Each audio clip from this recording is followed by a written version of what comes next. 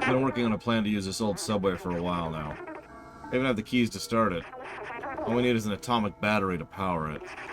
I know Nico Corporation has one secured inside their factory. I have a contact who can help us infiltrate them. I don't know his name. He's a robot with a bomber jacket and a gold chain. Take this message to him. Someone small and swift like you should have no trouble sneaking inside the factory. Oh, one last thing. Don't hesitate to ask for information. The city's full of it. Just stay clear of the sentinels.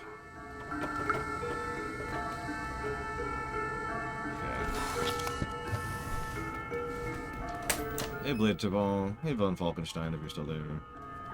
Oh, did she open the door? She did not.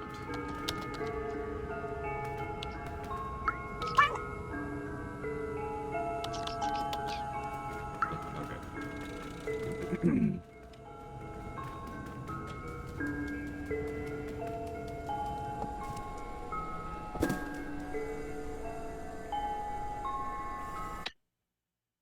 You know what? I want to try something, if that's okay with y'all. While we're here.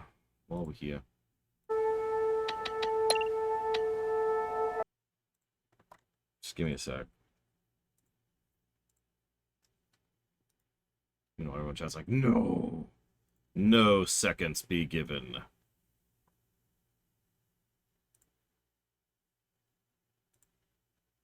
It's my review. Every time I hear that, it sounds like an insult. You know? Yeah, I mean, it's your review. It's your right to be wrong. Alright,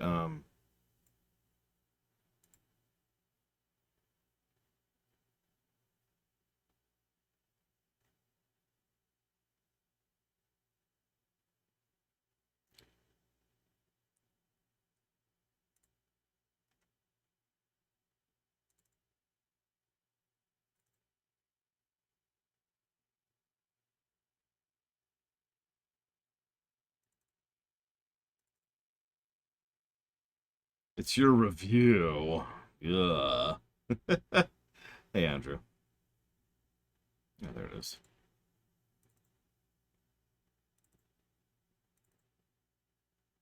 Engine. Just doing some quick I&I edits. Don't mind me.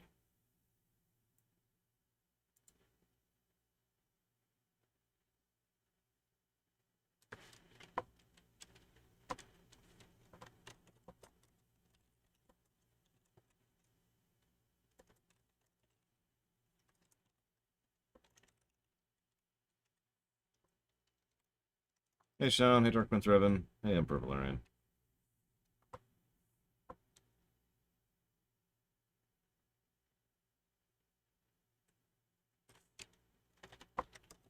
That's the idea, yeah.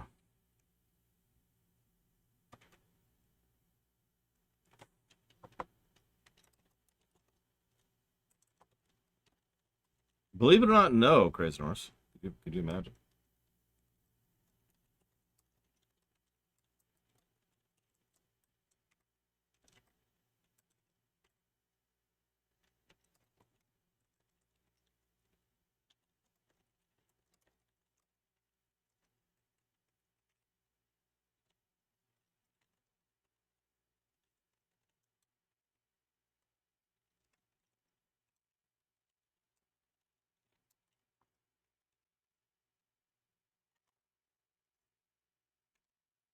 All right.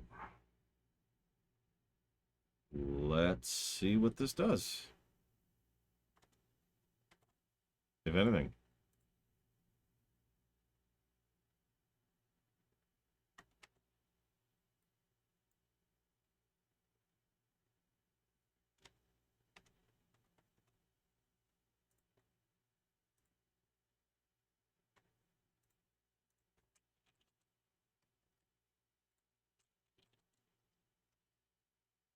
Looks like the answer to your question is it would raise the score, Blaterval, but by an absolutely microscopic amount. It went from 598, and then we add 50 positives, and it goes up to 600.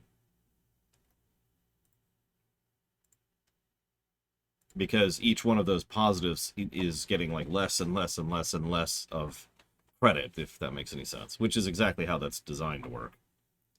Yeah, exactly. Next to nothing.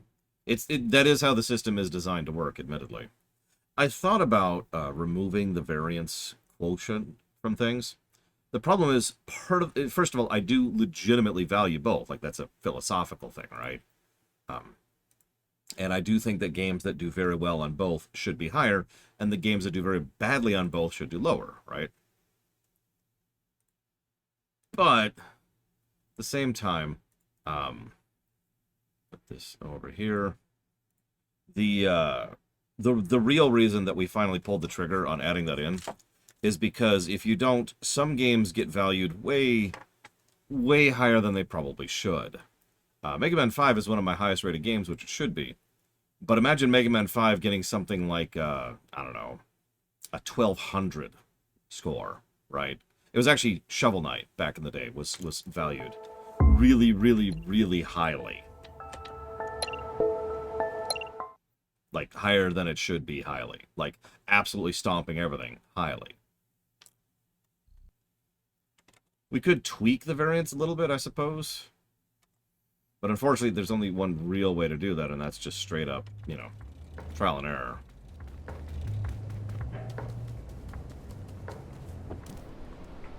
I don't think that helped anything. Oh, well, whatever. It was worth a shot. Okay. Gold chain, bomber jacket.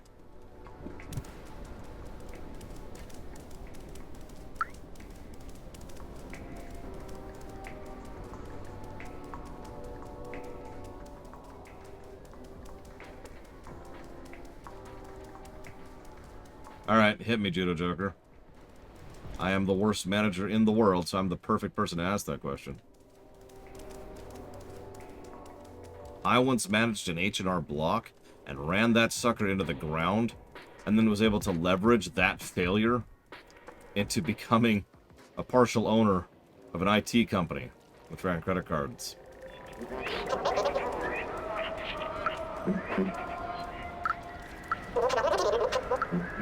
That is a real story, yes. Obviously that wasn't me, but yeah, that really happened.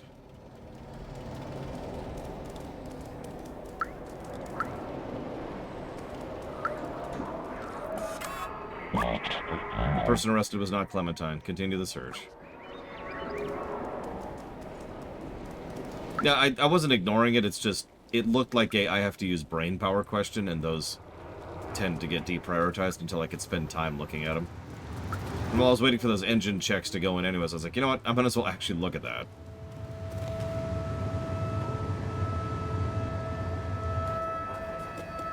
It's a good question, Crazy Norse. I don't know. That's an interesting question, though. So, is a game that's... this is going to sound like such a strange way to phrase this. So, in the hypothetical thing, right? In the hypothetical situation, the GTA 6, which got 50 more points on the story axis, does score higher. It does. Like, the points went up by 2, which is honestly minuscule, but it is higher, so it is the better game.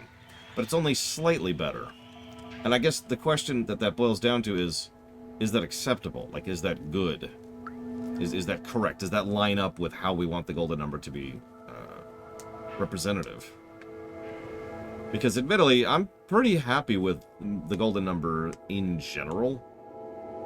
You know, just looking at the whole of the list of the 100+ games on there. Now, here's the funny thing. Adjusting the formulas is something we could do. You could just go like... we could go ahead and change around some of the formula as long as we do it equally to everything. They've all been reviewed the same way, so if the formula changes, they don't have to be re-audited or anything like that, right? Catch would be that would be a lot of paperwork, because obviously we'd have to, you know, redo the formula. That's the first and most obvious thing. And then second of all, we'd have to change the gold numbers, which are all reported manually on about 20 different web pages and 2 spreadsheets. So the question would be, what do we change it to? Because right now, oh God, Where is the variance? Variance is over here.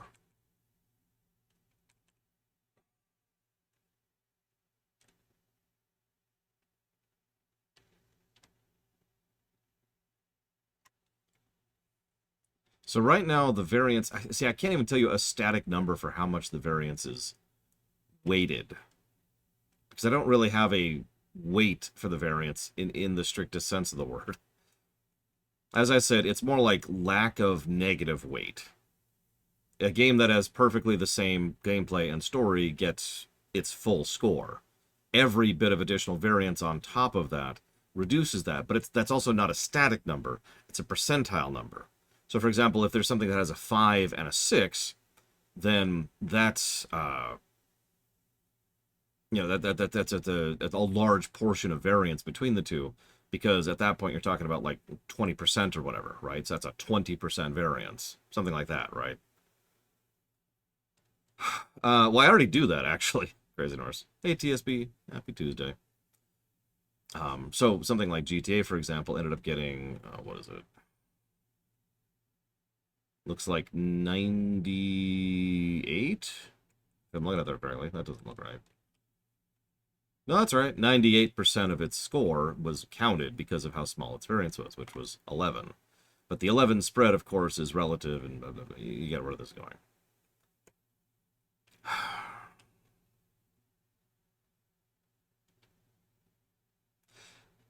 I should probably also mention that there's another calculation in there, which is just kind of necessary because of how the math has to exist.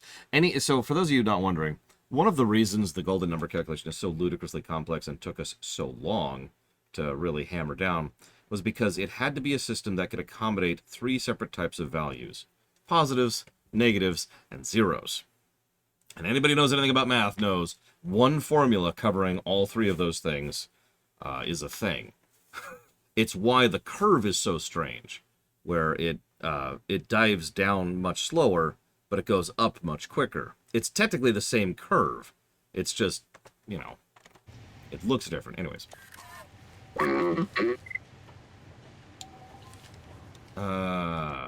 Inquisition is... Where the hell's Inquisition on this list? Good afternoon, Walker. Hello, Panka. Inquisition. There it is. Nope, that's Inquisitor. There it is, Inquisition. Okay, so hang on.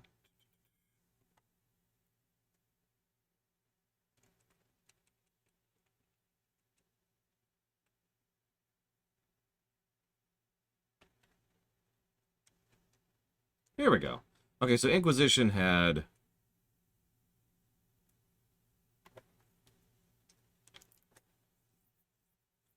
Sorry, you gotta give me a second, because I'm trying to understand my own numbers here.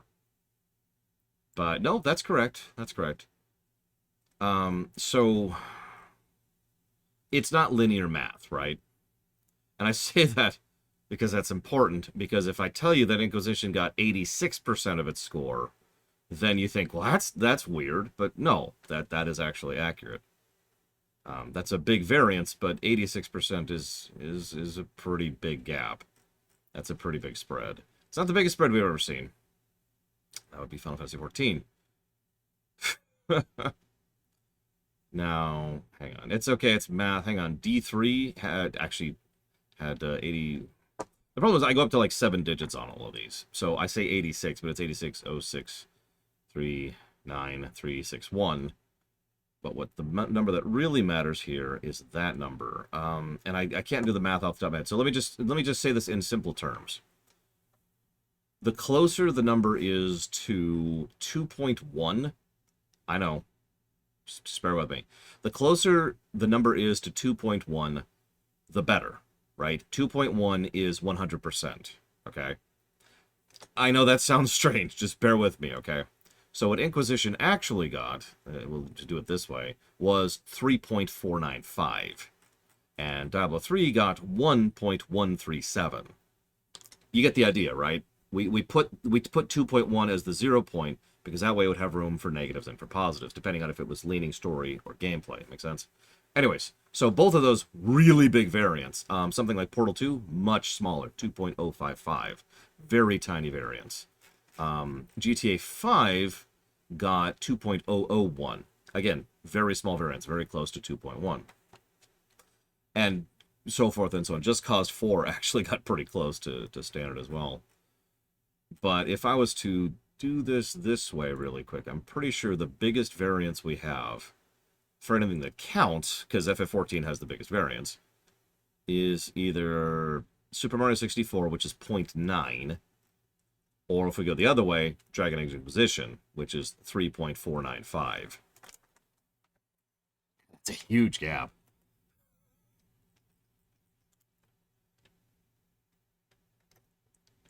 Go ahead and reset the board here a little bit. Okay, so, hey, I got an item for you. Sorry about the delay. Where did you get that? Oh, you with Oust, my contact. Let me brief you about the atomic battery. The battery's powering the Nico Corp factory right there, but the whole area is restricted and heavily guarded. They check every person who enters and turn away everyone who is not a worker. Here's an idea. Go get me a worker jacket and a worker helmet while I stay here and look for a good time to enter. Okay, so we have one of those things. We need to find a helmet now. Hit me, Judo Joker. There's, of course, flaws in every system. I mean, there are, really. So hang on. I want to answer Judo Joker's question, too. So Judo Joker says, you had a meeting with one of your bosses where he vented for about 15 minutes about group dynamics and practices. Okay, so that's already bad. Then asking for opinions on those topics. Okay, so that sounds like someone, just based on the little information you've given me, that sounds like someone who has no idea what they're talking about, and no idea what to do with it, but has been handed that by their boss, and now they're being told to implement something they don't understand and don't agree with. And or don't agree with. That's my vibe there.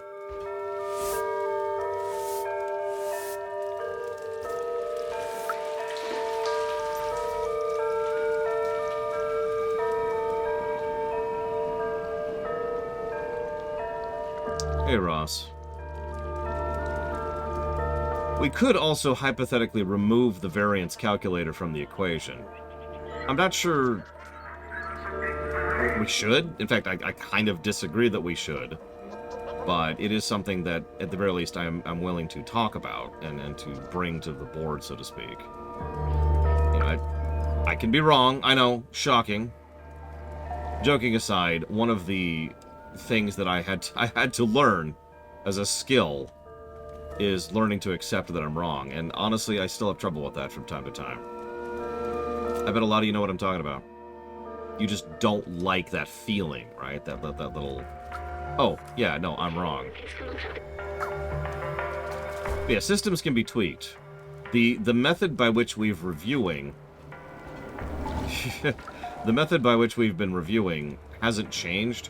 So formula changes will involve work, but doable work. No need for audits, no need for a new Oblivion line.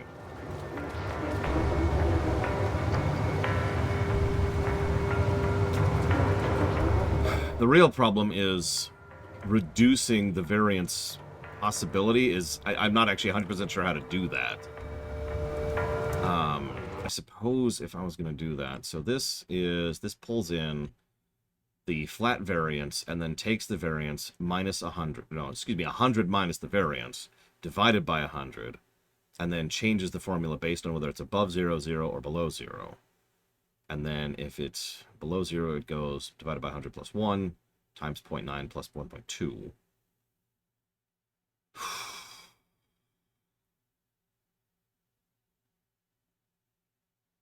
Yeah, no, the data's there, exactly. We don't need to regather the data. That's the exact correct way to put that.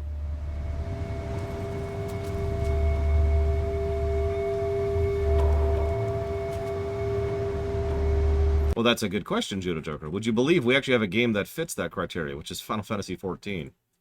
Can anybody, without looking, don't look, how big do you think the gap is in FF14 between gameplay and story?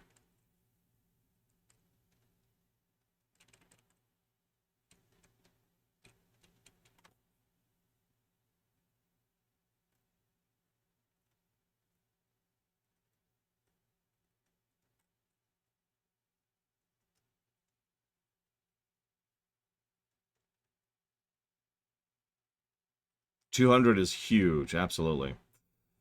The correct answer is, of course, 344. Hang on. That's actually not our biggest gap in variance. The biggest gap we have in variance is, and you know it, right? Like, come on. You gotta know what it is.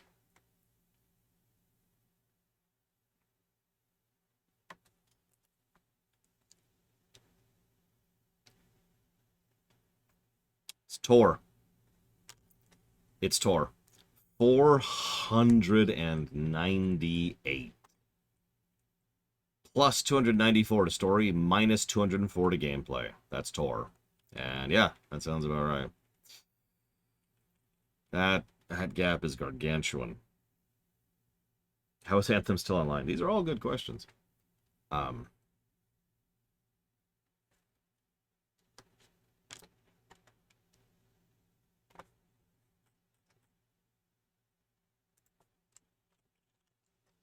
Jesus Christ. Sorry, I was curious. I was like, all right, if Diablo 3 had 180 to story as it had 180 to gameplay, what would its golden number be? The answer is 1,400. Jeez. Not that we'll ever see a game that good, but holy crap. That is insanity. Although I'm not sure we'll ever have a game that has plus 180 to story. Mass Effect 2 didn't reach that, and that's Mass Effect 2.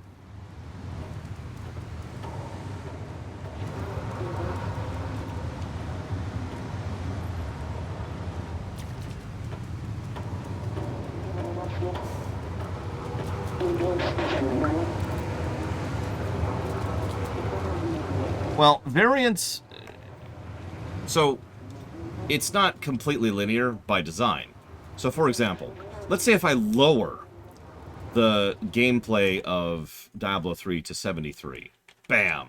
So, check this out. Diablo 3 has 494 golden number. That's 73 story, 180 gameplay. If I suddenly drop that gameplay to 73, that 494 goes down to 470.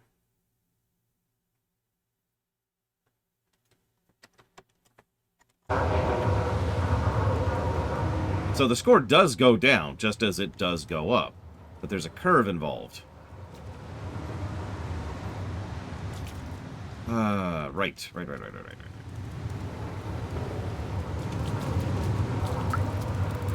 Yeah, WoW is an MMO. MMOs actually do have different math.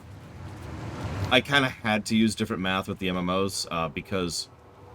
So, one of the variables... actually, several... Yeah, I don't know where to find the elf helmet, so I'm just kind of roaming a little randomly here. One of the variables, or more accurately, several of the variables, have to do with density. Density, by default, has to come from time. How much time we spend on a game. So... In the world? Oh, it's trying to talk to him. Okay.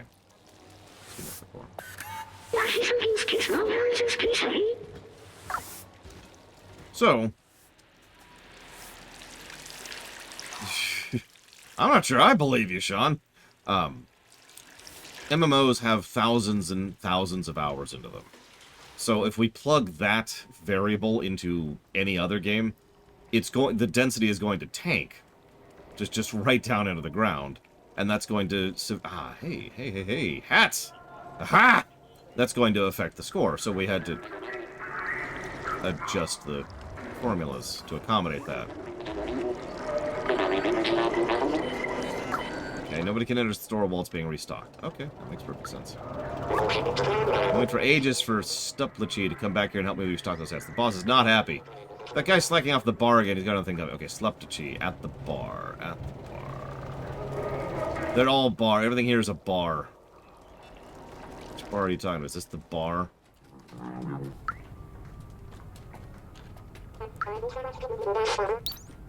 Correct, Ross. Baldur's Gate 3 had a similar problem. Baldur's Gate 3 had very low density. It's one of the reasons its score was only in the 200s. And that's kind of the problem. Like, in almost every way, the golden number is working exactly as it should. I'm not saying I disagree with you, Blato. I'm just saying it's, like, I honestly think that I have many case studies proving that the golden number is working correctly. But I'm still trying to think, like, how, physically, how I can adjust the variance category. Okay, so none of these are that person, but I can't talk to this person?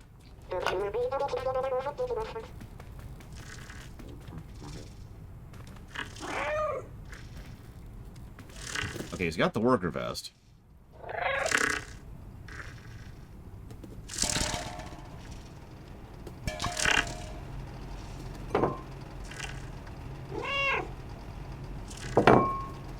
Correct, Fife.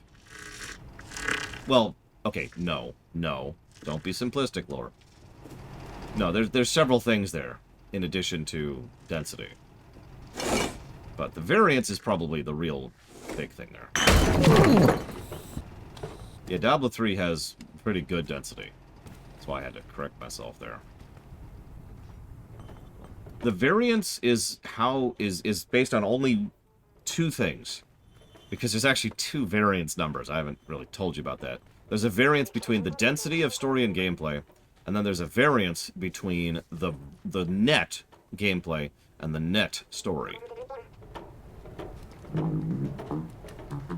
And both of those factors of density are taken into account in the final equations.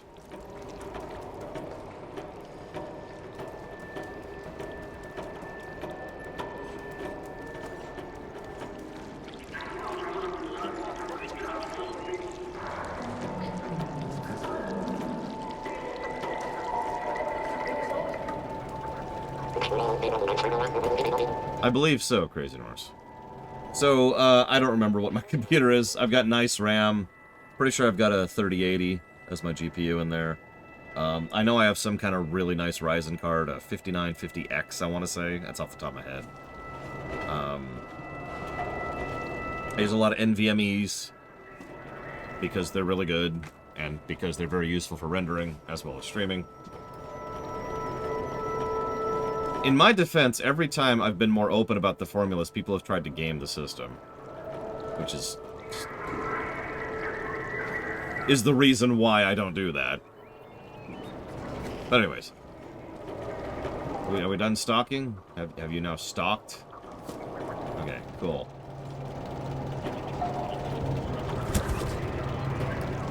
I love the fact that these boxes are empty, by the way. Did you catch that? They're stocking the store with empty boxes. This is one of the most horrifying places I've seen in fiction. This is insane.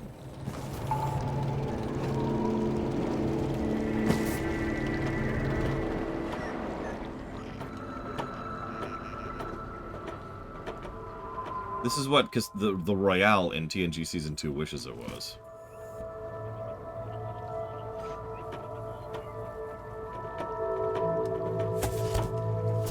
Okay. First of all, let's get a shortcut. Get in and out. Alright, now let's steal a hat. Hat. Whoop. Wow, he does not pay attention. That's okay. That's okay. We're all cool here.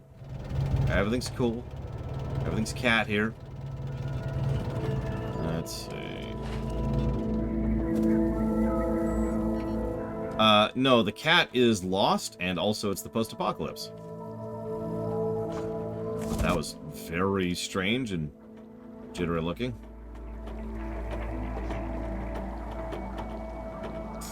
Please don't get mugged, Mr. Red.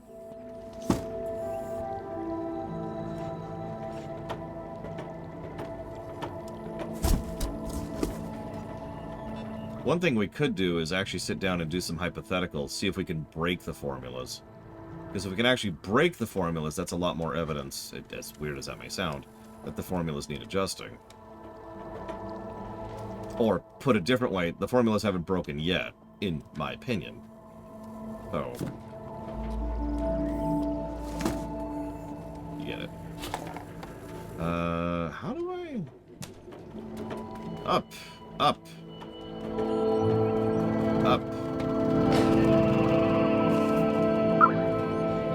There we go. Okay, now we have both. Jesus. Alright, right. I don't remember where the hell I was. I think I was this way. Nope. Nope again.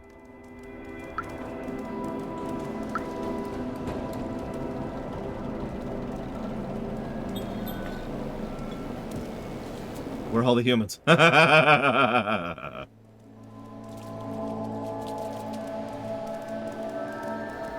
would Dragon Age Inquisition score if the gameplay was plus 80? Oh, it would be skyrocket. I could give you a quick back of the envelope answer to that right now. If Inquisition... Where's Inquisition? There it is. It would go from a -1 to 436.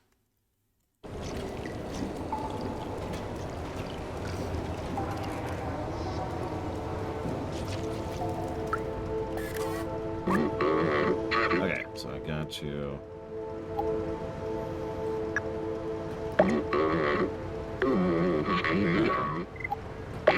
Alright. I'll get dressed. Mind turning around? Sure. Yeah, no, that's a huge swing in input. That makes sense.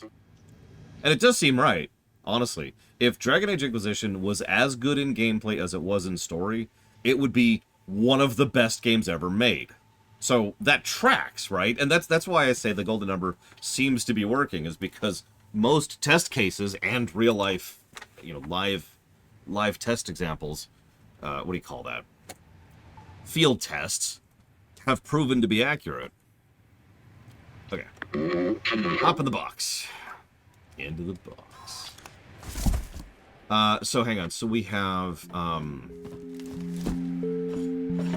the length of the game, the net story, the net gameplay, the ratio of story positives, and the ratio of gameplay positives. Hey, you're correct. 5 things are plugged in.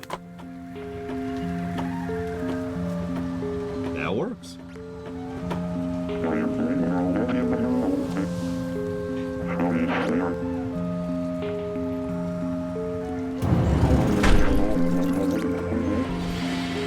Alright, let's see what they're doing in Future Co. here.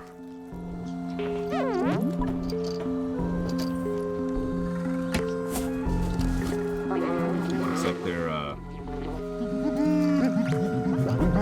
you know, being evil.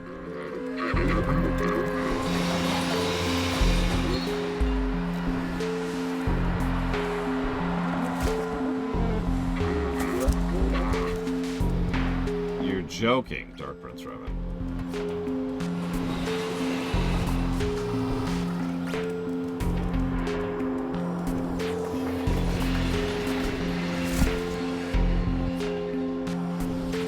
I mean, you're right, Blade Jabal. I actually manually do the ratio each time, because I've never found a way to do it other than manually, and it works out fine enough, so whatever.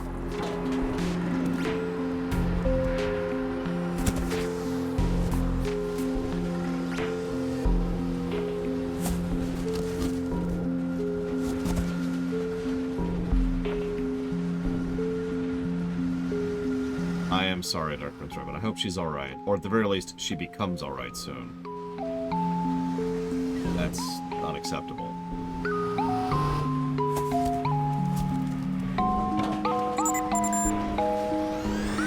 Oh, I can still do stuff. Or be killed! Holy crap! So there's a dead cat. Let's add to the day here.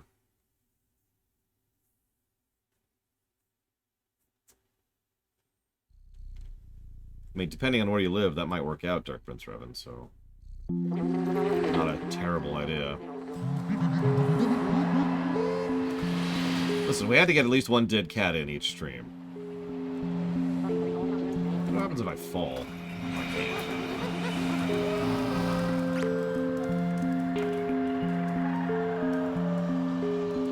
Actually, no, 040. So, Savicom can attest to this. We added another variable further down the line. It's essentially the congratulations, you continued to not suck variable. So, No, I don't think they've peaked. I mean, frankly, if Larian has peaked, it's with DOS 2. I'm just gonna say that. But, the idea here is, if games obviously have their base density, but there's also something we calculate, which is weighted density. Weighted density kind of has to do with how long they've retained quality. I'm saying that wrong, because that's just density. The idea here is that the longer a game is, the more benefit you get from density. Does that make sense? So, a very, very short game obviously is going to have huge density. Like, most of the Mega Man games have like 13 positives per hour, right? But they don't get as much weighted density out of that because the game's only 2 hours long. But if you have like a 50-hour game that maintains really high density, it gets more of that. It retains more of that density in the final equation. Sense make?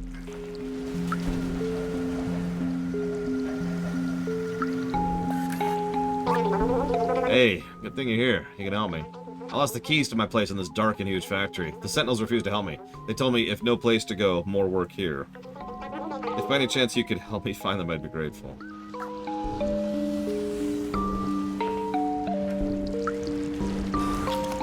Exactly, Blade-Traval. As I said, I'm very proud of the Golden Number system, and I absolutely want to give credit to Savicom for helping with a lot of it. It was a thing I've been wanting to build for years. Years and years. Because you look at, like, we've talked about statistics, right? You look at, looks like I want to go over there. You look at the score, right? Plus X to gameplay, plus Y to story, and the total score. And I've noticed this, every person who looks at those three numbers pulls something different from it, right? I bet you just did right now mentally without even thinking about it. It's like, oh, okay, so I'm going to look at the total score. Oh, well, I'm actually more interested in the story, so I'm going to look at the total story score. Or I'm going to look at how much the gameplay is. You get it, right? Everybody looks at a different number of those three. But you know me. I look at both. Or all three, if you prefer. And so I was trying to come up with a way to weight everything appropriately. To actually, god dang it, this just keeps being here to make it so that everything adds up. I apologize for this delay. I just want this game to score worse, that's what it is. Actually, fun thing, some people have asked me about this before. When I go on particularly long diatribes, do I reduce the duration of the game to accommodate? The answer is yes. It's not exact, but I usually do adjust the time down for time not spent playing the game, especially if I get really off camera. Come on.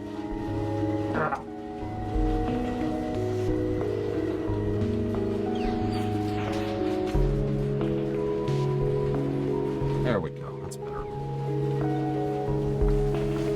Let's see.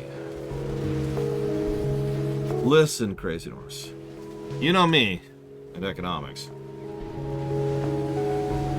I love me some complex math. Not convoluted math, that's different. Hollywood accounting is convoluted math. That's when you manipulate math in order to try and prove something that isn't true. Right? Like, you're not interested in what's reality, you're just trying to slant the numbers to prove your point. No, I like complex math. We're done.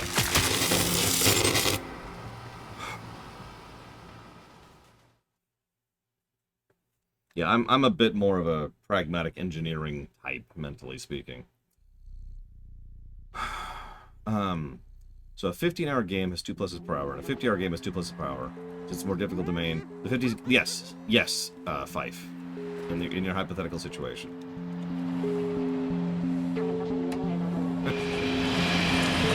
I still value your input, Sofcom. I mean, if I value Blade-Traval's input, I gotta value your input, am I right?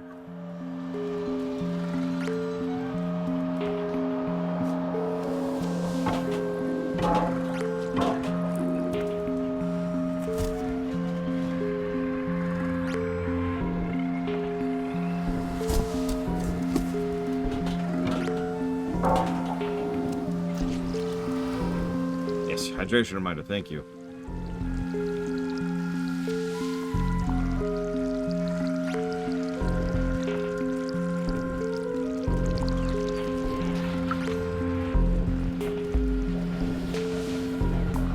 Oh man, don't even get me started about that nonsense, Judo Joker.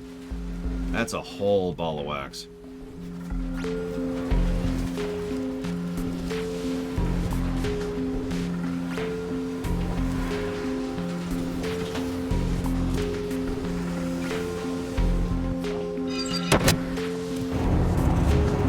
Just call me Metal Gear Cat? It doesn't really have the same ring to it.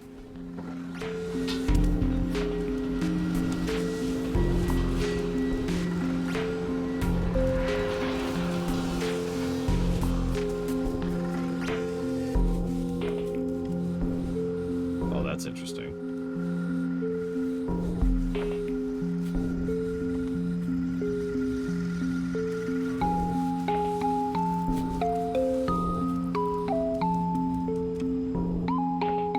Stray snake. Solid cat. I mean, wouldn't that be liquid cat?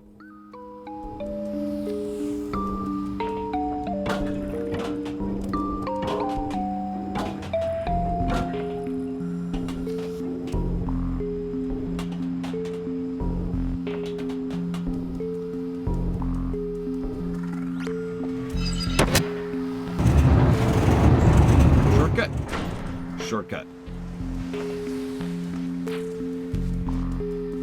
Metal Gear Meow.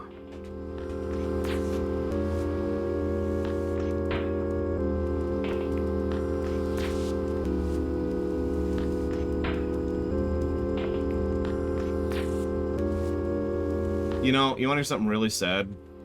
I recently referenced Soylent Green to one of my friends in the... Most people don't actually know the film, they just know the reference kind of thing. You know what I'm talking about, right? There's a lot of things which we know what the reference is, but we don't know what it's from. The person in question didn't even know the reference to Soylent Green. Yeah, Rosebud. How many people have seen that film? I'm gonna make you an offer you can't refuse. How many of you have seen that film?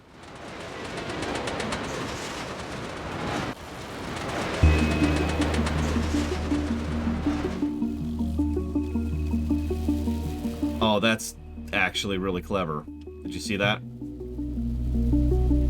The game went out of its way, just in case we didn't pick up on it, to tutorialize this is what you need to do in order to figure this out. Just in case we didn't, yeah. What's Soylent Green? It's people! Soylent Green is people! Even though that wasn't even the point of the film. Yeah, that arguably wasn't even the primary point of the film. Alright, so... Yeah, no, that's not gonna do it.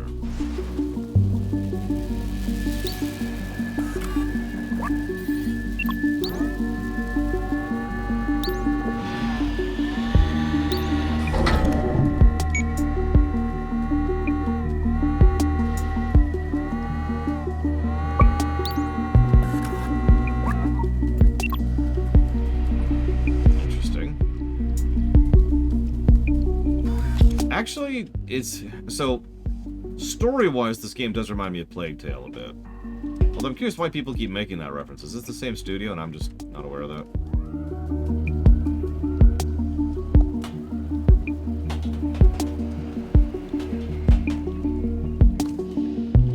Oh man, Ross.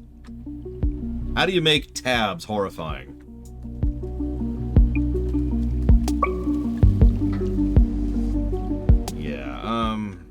Okay. Hey, Czar.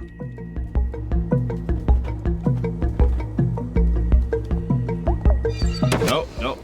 We're in no context spoilers territory right now, so... Yeah, I was gonna say, Ross, have you ever considered where tabs originated from?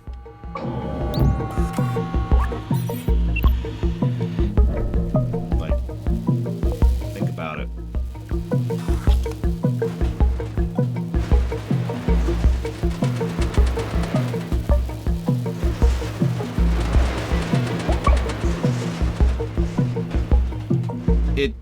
It's a spoiler, Eternus. Don't worry about it.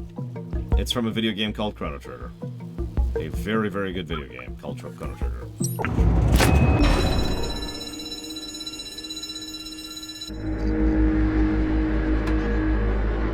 There are not, Ross.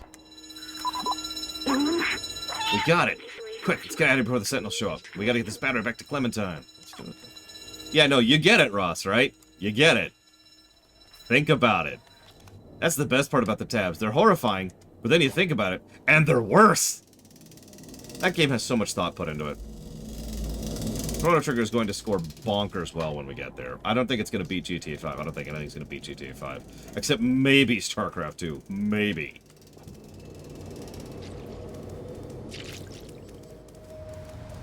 I did do a task of Chrono Trigger, yes. Clementine.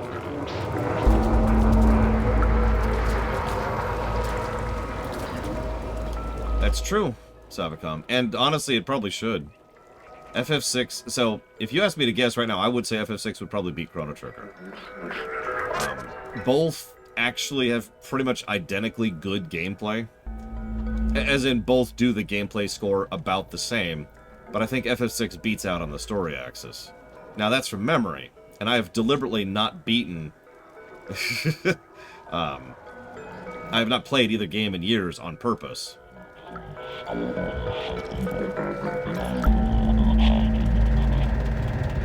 So, I was wondering why these boxes were in this area.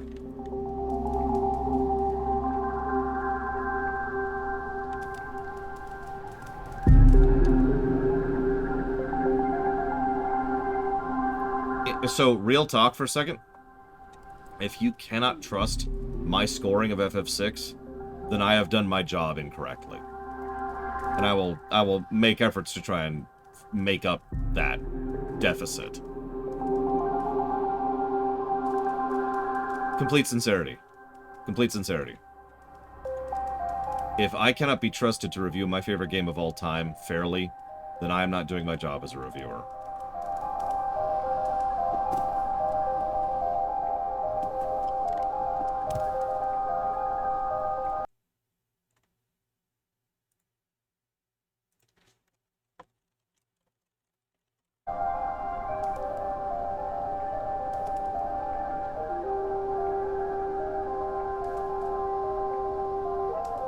I'm not a fan of Chrono Cross. There's some differings of opinion on that point.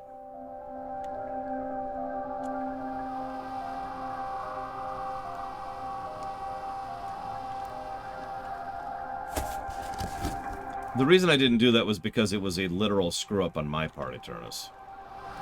I know what you're talking about and everything. Don't worry, that will not be an issue next time, because we're either playing the SNES version or the Pixel Remastered version. So... no possibility of patching.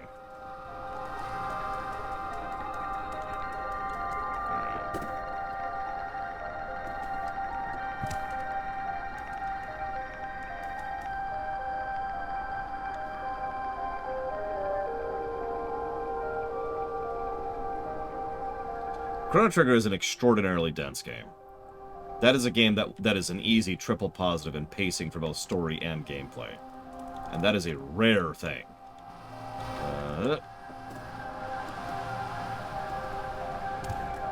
Like, plenty of games have decent pacing or okay pacing. Very few games have extraordinarily good pacing. Correct. Chrono Trigger is going to get the New Game Plus positives. Plural. FF6 cannot. Now, in the interest of total honesty, Chrono Trigger might beat FF6 on the SNES version, but we'll be reviewing the Pixel Remaster version as well. And those additional quality of life features, plus it gets credit for 2 soundtracks. Whoops, that was literally a misclick. Oh, Jesus.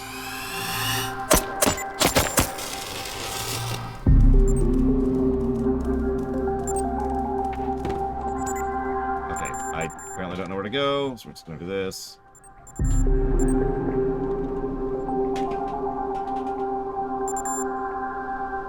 I sure hope not, Eternus. I got a lot of stuff in my brain. They apparently can't shoot me out here. There it is. It's the same spot I missed out last time. Go, go, go, go! Jesus. Biggest negative for FF6? Encounter rate. No question.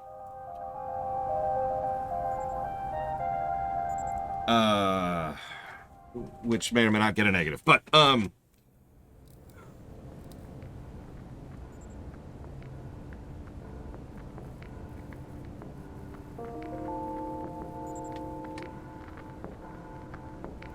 Delicate Magister? You mind explaining that? Does any classic JRPG do encounter rate well?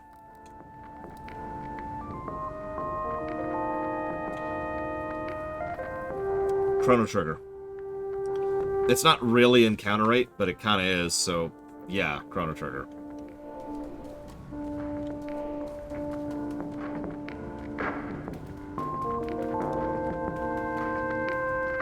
FF6 has pretty decent encounter design. Not the best of the franchise, that would be 5. But still pretty good. Decent enemy designs, too. FF6's biggest absence of a positive, I can tell you right now. Boss design. FF6 just does not have particularly interesting boss encounters. I was told classics play Cheval.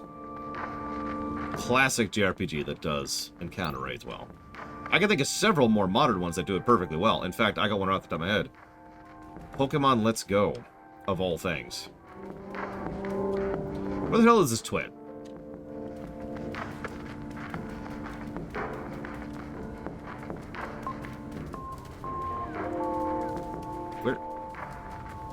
Where is she?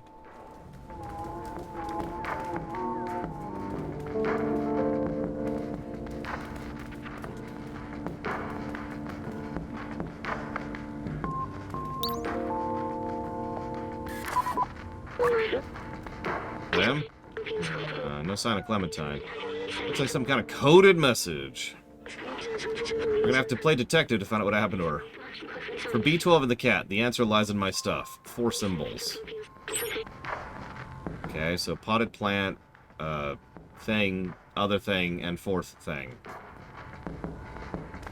Cool. Would you believe I've never played Star Ocean 1, Eternus? Well, let me walk that back. I've never beaten Star Ocean 1. I liked Star Ocean 2, Star Ocean 3 can go directly to hell.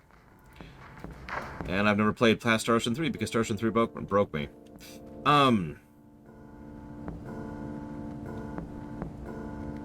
Worst classic JRPG for encounter rate. Breath of Fire 2. That's not a casual statement. I've reviewed many JRPGs at this point in my life, and Breath of Fire 2 has the worst encounter rate I have ever seen. It's extraordinarily bad. Okay, so it's plant first.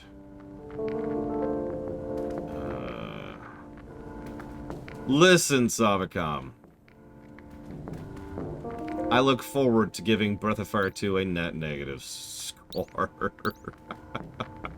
It's gonna get it. Let's just be honest about that. That's where it's gonna be at. Okay, so we've got the lamp. It was my idea. I wasn't gonna go for it. There's the lava lamp. That's last. I wasn't gonna go for it at first, but then I realized, hang on. I have a way to do this quickly. Because the only real limiter for me was time and consideration. And I kind of like the idea of having, you know, Breath of Fire 1 through 3 on the books, right?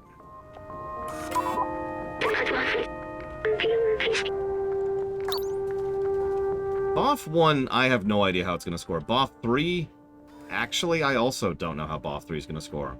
The only one I have any certainty about is 2. I know how 2 is going to score. Seriously, Yura? You know, I have this really horrible feeling. Like, I cannot say this without sounding insulting. I'm sorry. I have this really horrible feeling that BOF 2 is one of those games that people think is good because they played it once and certain aspects of it appealed to them, and then they never really looked at it again. Or worse, the second time they played it, they were being carried completely by things like nostalgia.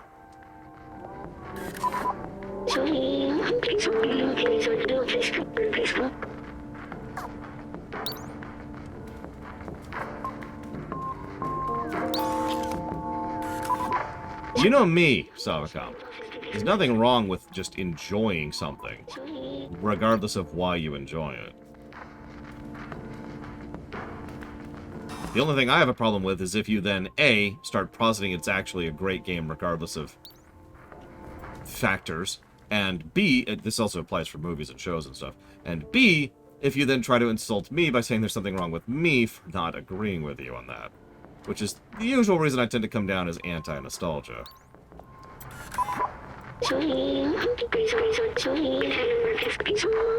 Nightclub. Okay, so something about coming to the nightclub. Ah, precise. Thank you, Magister. That's, you said delicate, and I'm like, it usually implies that it's very weak.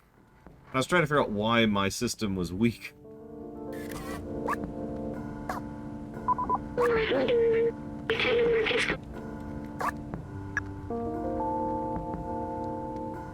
I'm missing, like, the second item. Yeah, I don't have guilty pleasures.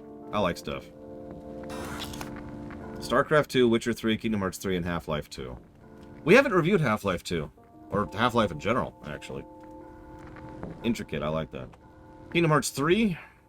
I don't think it can. I've actually covered Kingdom Hearts 3 twice.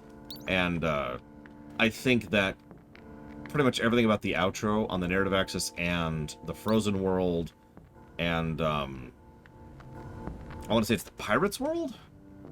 No, there's another world, but the Frozen World's the really bad one. I think they're going to drag the score too far down for it to really be in punching range of GTA 5. That's just my opinion. I don't know. Like, we'll get there when we get there. That's a good question, Ross. Ask me again when we get there, and I'll tell you.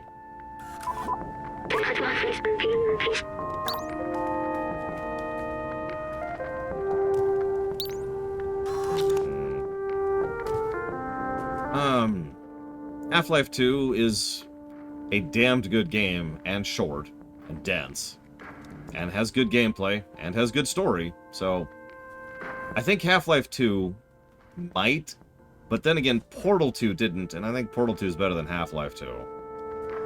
So that just leaves StarCraft 2, and if I'm being honest, that's my own answer to my own question. I feel like StarCraft 2 might actually be the only one on the books that's in punching range of GTA 5. Now, who knows? If we do decide to change how the variance works, that could all be thrown out the window.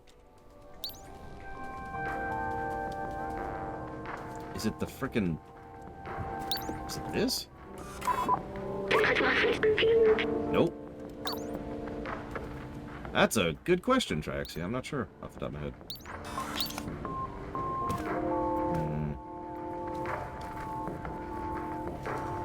But yeah, I mean, absolutely no offense by this, but I've noticed a very, very common trend in people's opinions of video games. Games that are either very pretty, sound / have good music, or both, tend to be considered a lot better than other games. Just in general consensus, right? Probably because they look good and they sound good, right? That's understandable. There's no judgment here. I have a lot of examples of that, but probably my personal favorite is actually Secret of Mana.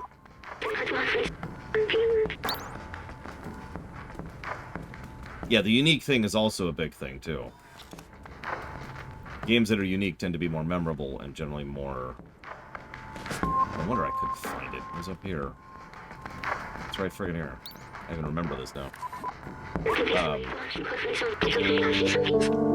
Blazer. Okay. I'm with Blazer. Come to nightclub.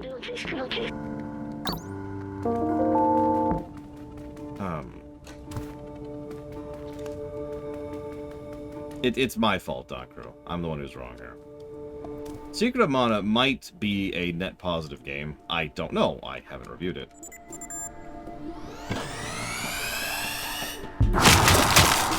Yeah. But, I just think, having gone back through it a couple of times in the last 8 or so years, it's not that great.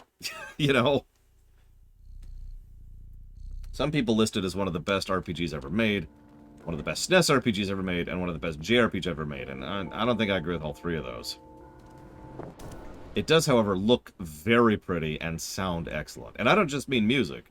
It has fantastic sound design. Good sound design, good music, good visuals. Bam.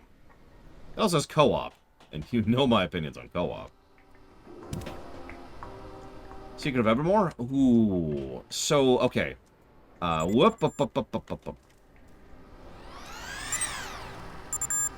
Game.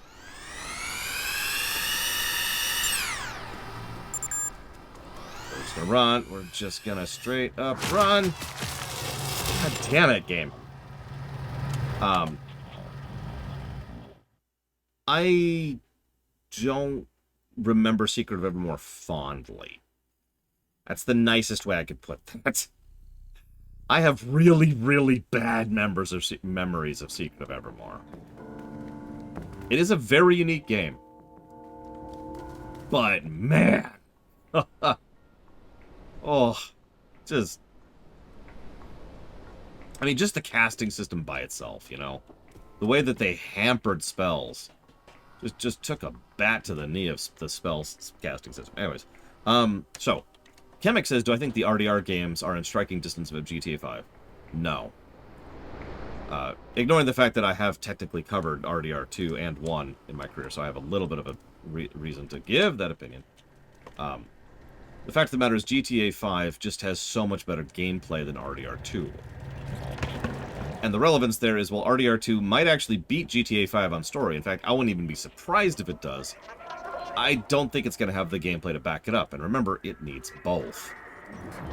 For something to beat the king, it needs to have really good both.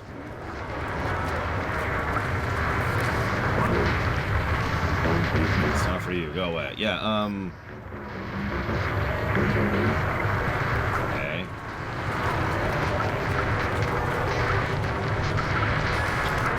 There's...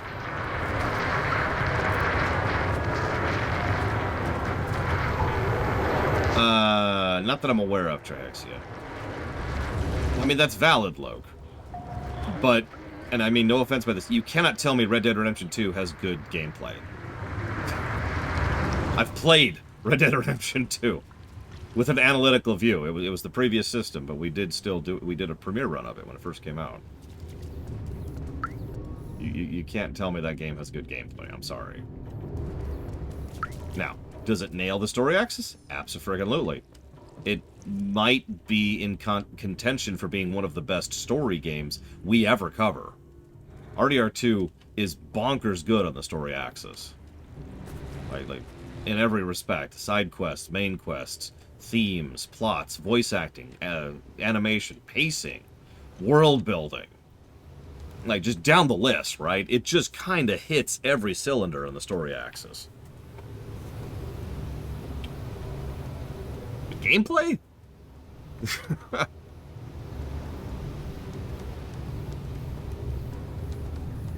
Can you talk to me? No? Okay. Well, enjoy the high life, buddy. Apparently.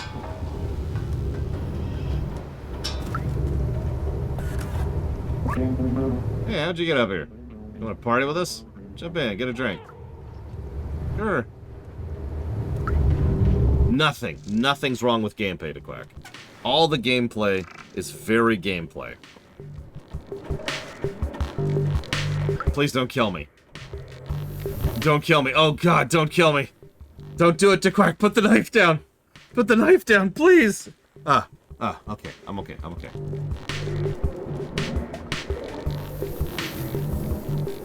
So, RDR 2's gameplay is passable. It might even be a net positive. The shooting is... Well, okay. On the controller, the shooting sucked. And the controls sucked. I have been told that the PC version, which is what we'll be reviewing, has much better controls for horses and for shooting, which was the two biggest problems I had with it. Is it better than GTA 4? No. But... The other problem... Yes, exactly, Blade Travel. The other problem is RDR 2's... doesn't really have interesting mission design. Most of its quests... I mean, I know you could say this about a lot of games, but most of its quests boil down to the same exact things.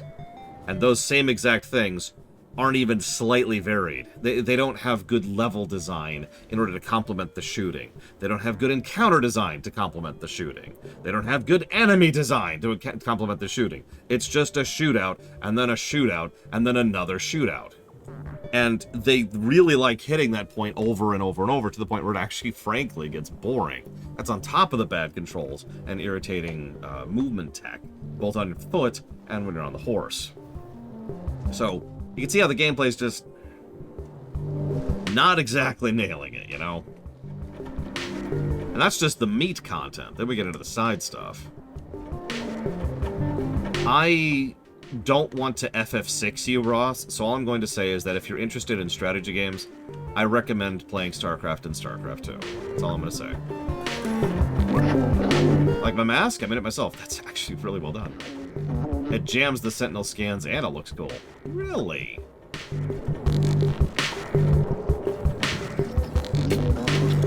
Yeah, exactly, Kemek. I think Red Dead Redemption 2 might even get several positives of gameplay, but then those will slowly drift down into negatives, because RDR2 is a very long game. Like, 70-hour range.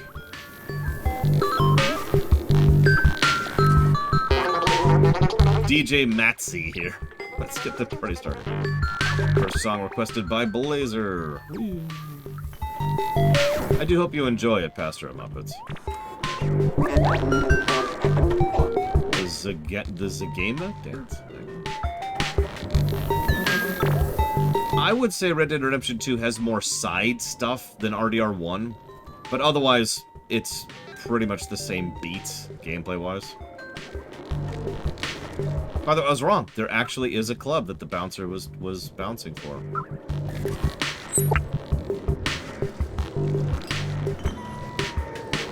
I might be in the SNES block, Savacom.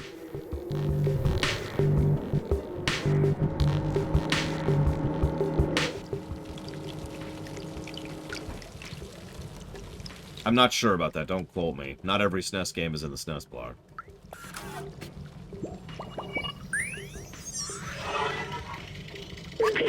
When I was human, my friends and I would gather and party long into the night, even if we had to suffer the annoying consequences the next morning. It felt good to find joy despite the unlivable surface. And the underground living conditions became more and more squalid. And the capitalistic greed of companies like Nico Corp. And the police state created by the Sentinels. Now I remember why we were doing that.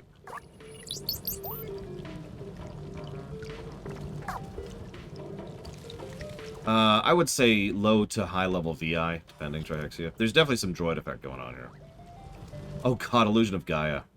That's another game I don't think is going to score as high as people think it is. Not that I'm saying it's a bad game. It's actually a very unique game. It does have the problem every NX game has by being extraordinarily badly translated. But yeah, I think that's another one of those best game ever games that I don't think is going to be a best game ever.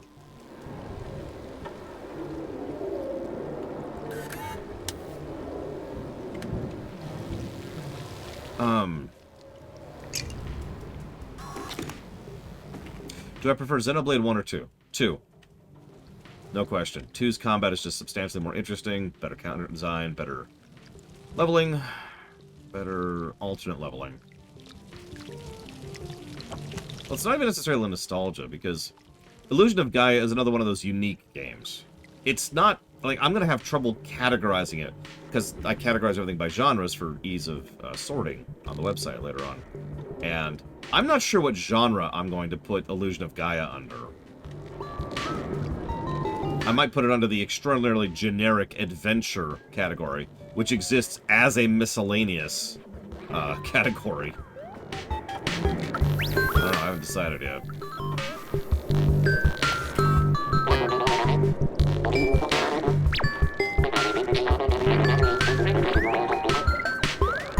Oh, nope. So he stole a lever. Here you go, have this strange drink. We now have a lever. Sweet. I mean, Secret of Mana is an RPG, top to bottom. It's an ARPG, one of the first. But Evermore is not an RPG. Or not Evermore. Sorry. Illusion. Illusion is not an RPG. Breath of the Wild?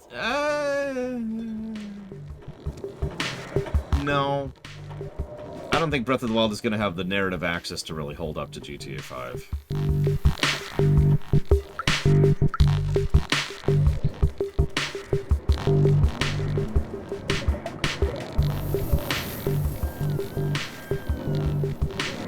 GTA 5 is a god-tier game. That is the truth of it. It is a very, very, very good game. I knew that walking in.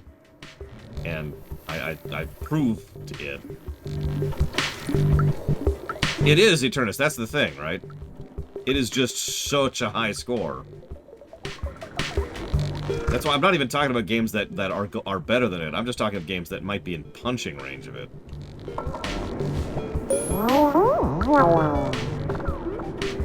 I got an achievement for that. Hi, Jay Palmer.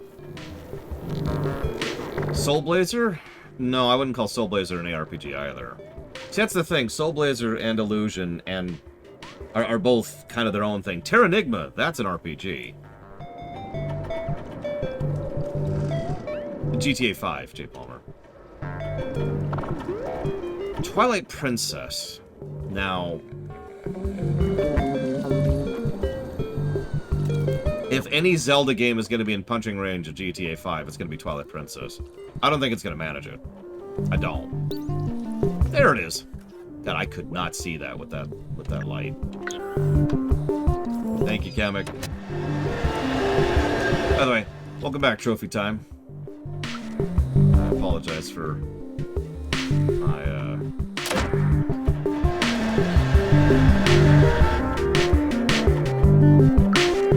stupidity. Okay, so I can. Okay, I think I get it.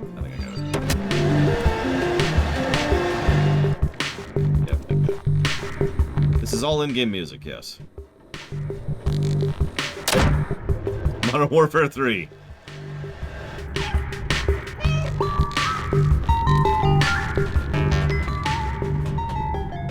That's true, Crazy Horse.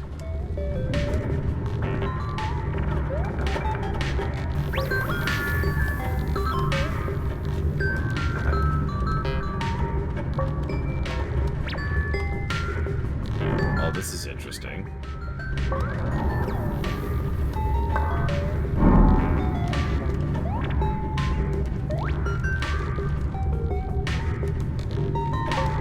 If we ever review Modern Warfare 3, that game will be a net negative, I almost guarantee it.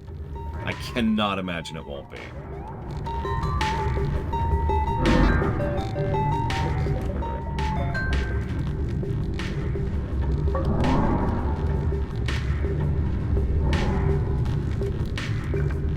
I think that's right. We'll find out in a second.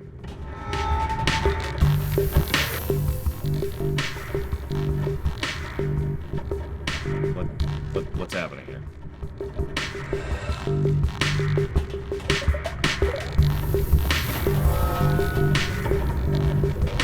Nothing, apparently.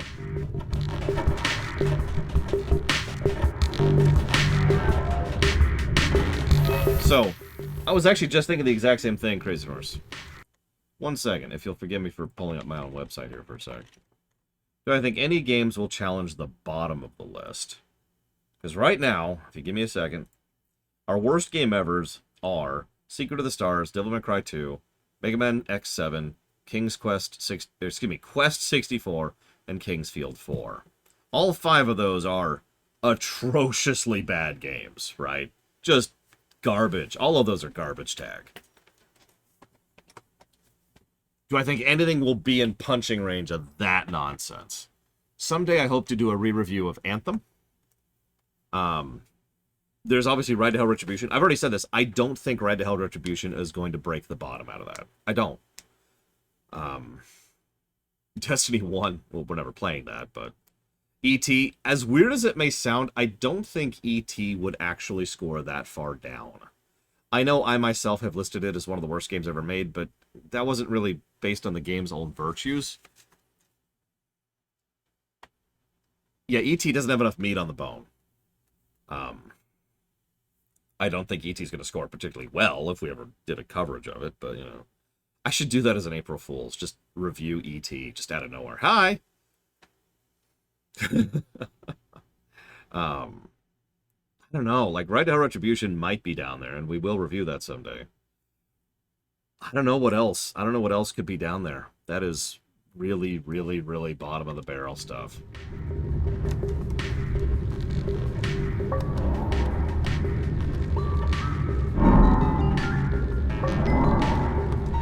I don't think Modern Warfare 3... Well, I don't know. Modern Warfare 3 might be bottom 5 territory. I don't think it's going to beat the bottom, like, 1 or 2. But it might... It might beat, like, say, Kingsfield 4. I don't know. Actually, it does, Chemic. We have historically given positives for that kind of thing before.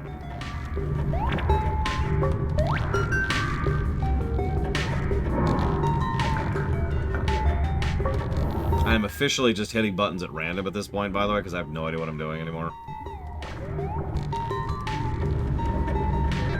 Yeah, I'm pretty sure Kingsfield 4 did get a positive for... Yeah! Oh, that's still up.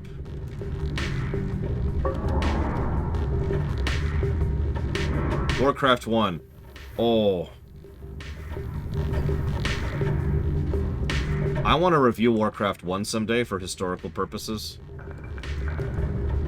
As part of a Warcraft block.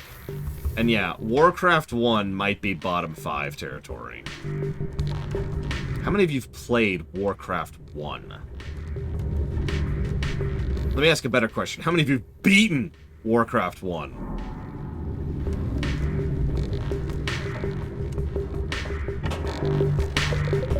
That game. Oh, man. That game.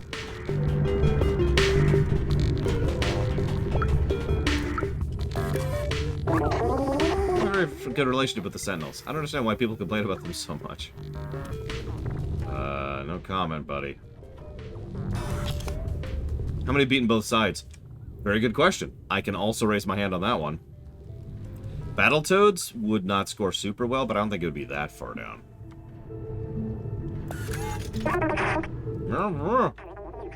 You're not... You have a speaker. You're not actually, like, gagged.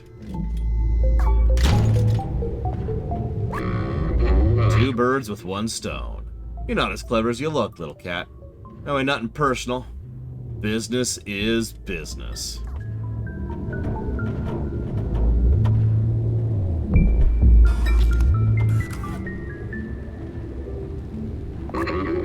Business is money, and I value money way more than friendship or camaraderie.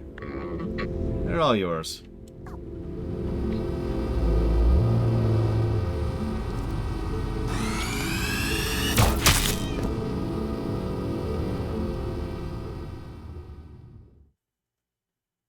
Actually, I have played Silver Surfer on the NES. Never beaten it. So we did it. We lost. Congrats.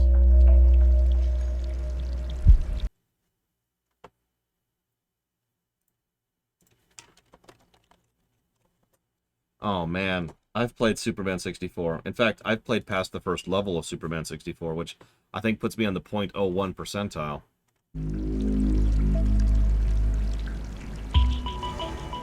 So time to play FF9 for a minute.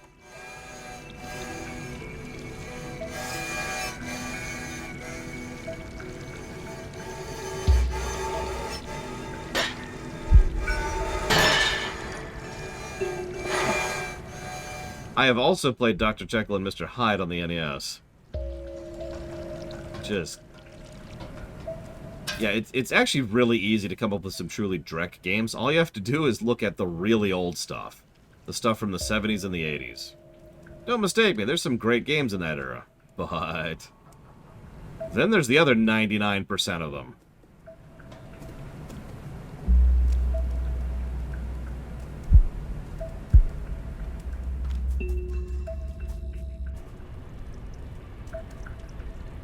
Welcome to jail. Oh yeah, Hoshi wo Mirohito. That one might be... that one might challenge the bottom 5. So, do you mind if I rant? Just for a second? Is that okay? Would anyone be upset if I did so?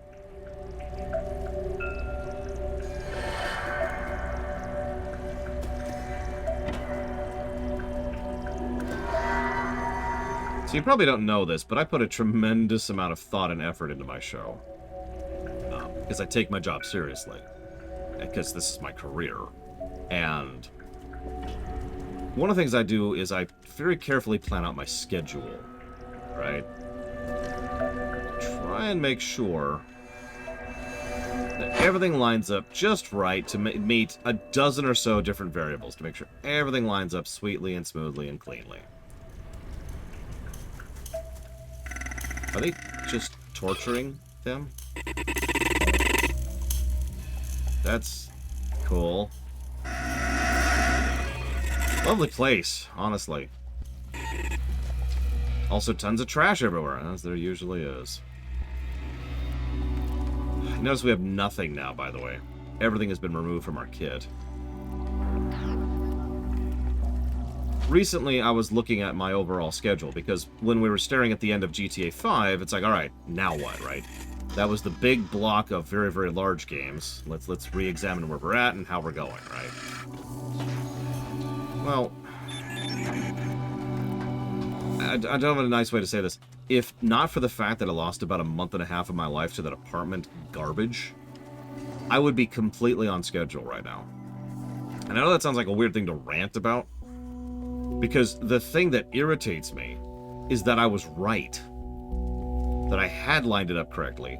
That I had planned everything out smoothly and neatly, and I was just about ready to get started on essentially the next phase of streaming. And then I lost a month and a half of my life to that freaking crap. And so now, and it's actually kind of a multiplicative thing, not an additive thing. Because not only am I behind, but in that time period, additional stuff has been getting close to being funded, right? So you look at the queue right now and you think, oh, the queue is almost empty, but you're not thinking about the fact that there are several games, including several long games, that are on the verge of being funded. There's also stuff that was supposed to be, oh, god damn it, that was supposed to be put up into funding very soon, like the WoW block and the Zelda block. Oh my god.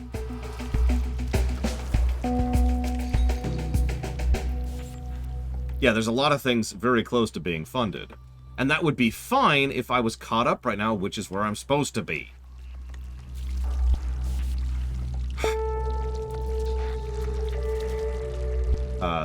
That guy's looking out a little bit. We're just gonna leave that alone. And yeah, not even counting streaminations.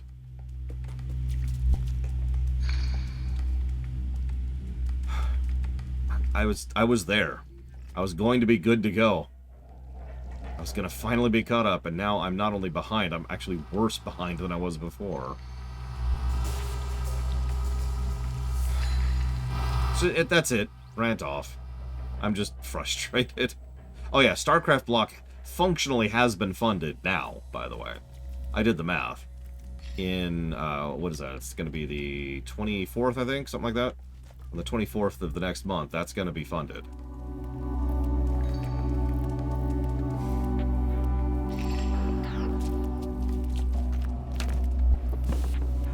That's not a small period of games.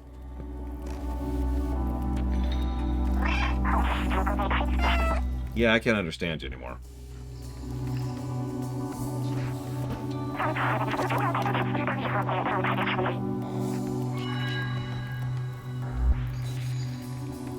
Keep in mind, by the way, we have several games currently funded that are kind of waiting on some things. Like Paper Mario 1 and 2 are funded. They're just waiting for that remaster to come out. FF14, Dawn, whatever, Patchwalker, that's funded. The Metroid block, that's funded. Which again would be fine. I'm sorry. I'll shut up. No, not Dawn Trail. Patchwalker. I was misspeaking. Dawn Trail has just barely been added to the list. Patchwalker is funded. Which is all the patch content from Endwalker, for those of you not aware of it. Oh, that's easy, Czar. I have several dozen $1,000 worth of Dealer's Choice, which I start allocating strategically, Czar. That's kind of what Dealer's Choice has been used for a long time. I like this song.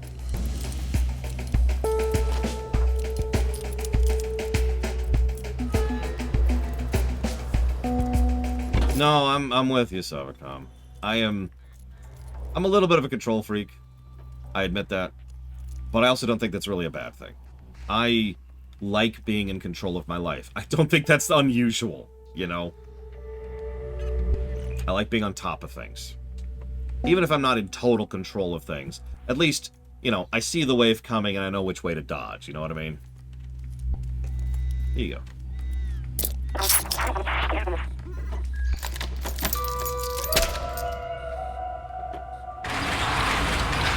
Anyway, sorry, so WoW.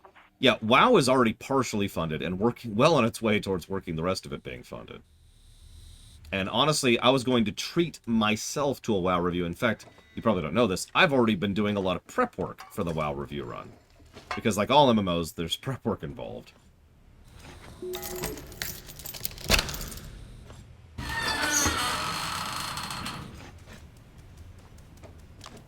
Like, I'm actually pretty close. I can pull the trigger on that right now if I really felt like it. I'm not going to. I don't feel like giving myself a panic attack. Hey, WoW's funded. Ah!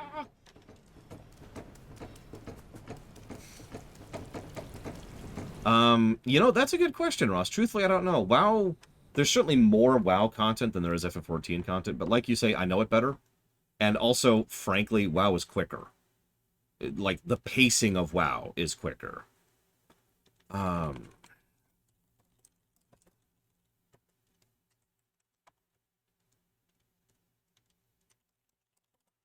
I already gave...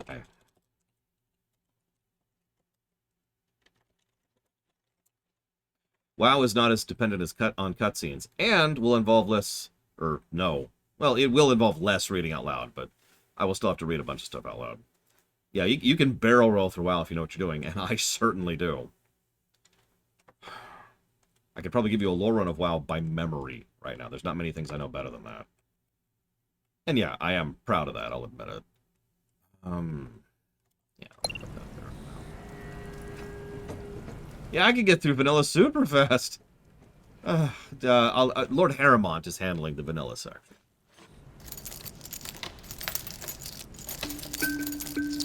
There's nothing to lore run in Winter Spring.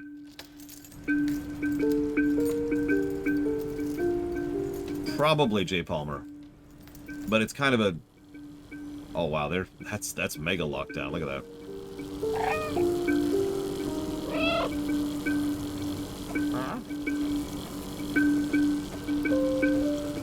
Alright, since there's no dialogue here, here's the lore run for Winter Spring, okay? So there's a bunch of hunters who are up there to enjoy hunting. They've got a nice big outdoor open air smoker. The deal is very simple. You hunt, you kill, you bring, you share. It's kind of cool. And then you get to also partake in the meat of other hunters as well. It's a cool little thing. The goblins are trying to get a foothold up there precisely because of the fact that nobody else is. So the goblins have this feeling, this vibe, that there's got to be something worthwhile up there, right? I mean, if nothing else, it's ours, and that makes it valuable. They're wrong. The blue dragonflight used to have a presence up there, and then the blue dragonflight went, meow, and that was the end of them, so they don't really have much of a presence up there anymore. There is this one dude who really liked artifacts and magical things and was trying to obtain the power of them to personally augment himself, because one of the things you can do in Azeroth is you can use magical items to directly augment your power, similar to how gear works in gameplay.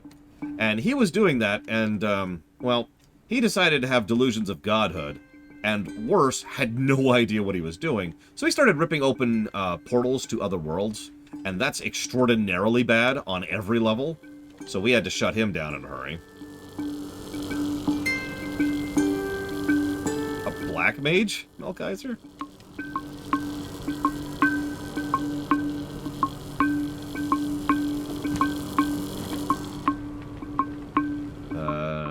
There we go.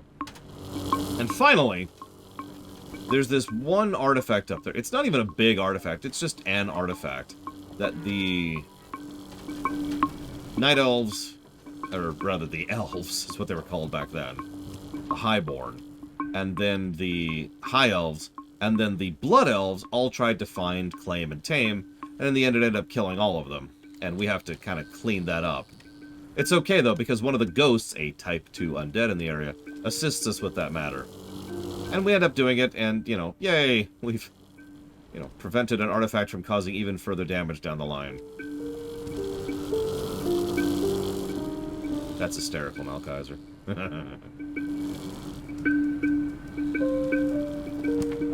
God, I hope FF14 is going to be ruined soon.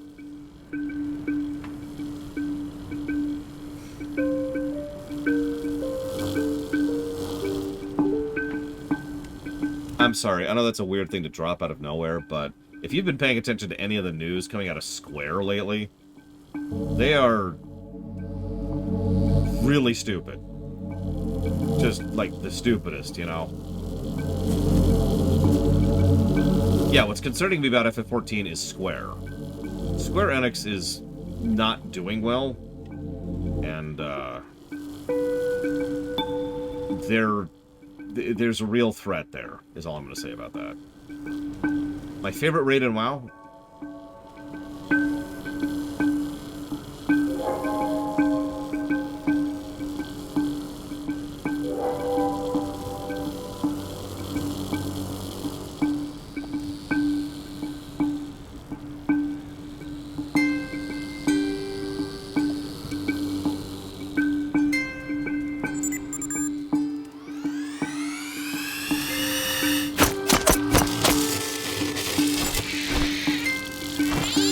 Okay, that's not what I was expecting there. And we're dead.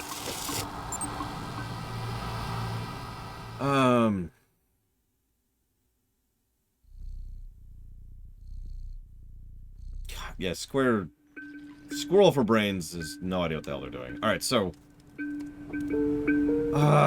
best WoW raid.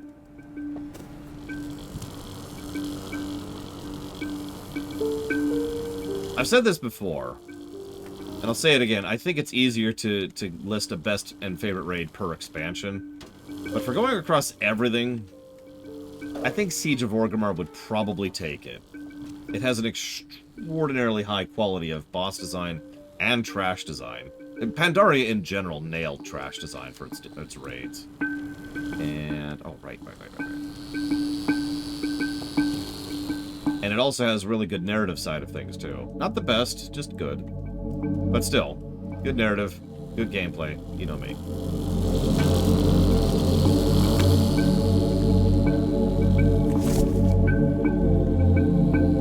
What makes good trash design? Several things, actually, but let me tell you what WoW does.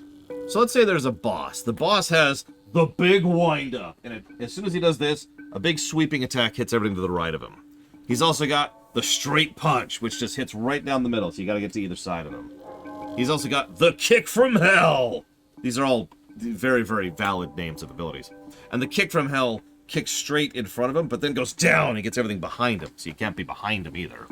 And so, positioning is important for all these attacks. If you don't see them coming, you just see him doing the animation briefly, and you gotta know based on that. Well, how do you know that? Well, you can watch a video on YouTube, or you can read the Dungeon Journal, or... as you're on approach to the boss, there's an enemy that does the big sweeping punch. Just the punch. Just the one ability. And so they go whoosh. And it doesn't kill you, of course. It's designed to teach you how to avoid it. So it hurts, but it doesn't wipe you. Boss tutorialization. That's good trash design. And Pandaria did that a lot. Legion did too, by the way. Speaking of which, another really, really good raid. Oh god, I can't think of it. The Suramar raid. I can't think of the name of it.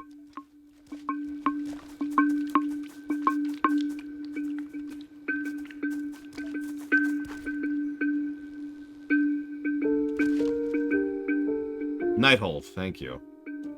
Favorite raid in 14? So that's a little bit tricky. Because most of the raids that I enjoyed in FF14, I enjoyed for one axis or another, not both. Oh, there, God, I did not even see that. Thank you. Oh man, the Gul'dan fight is fantastic. Oh, every boss fight in there is fantastic. So like, for example, the Nier Automata final raid is probably one of the better ones on a purely gameplay axis, but it's just gameplay. Like, the story in there is drivel.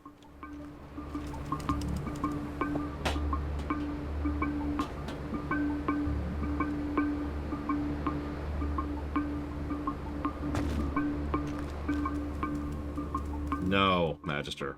That's my thoughts. No.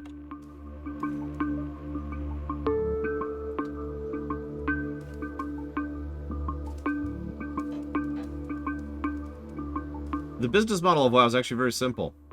You pay a subscription fee every month for playing. There are encouragements to subscribe for longer than 1 month at a time. And then you die. It's very simple.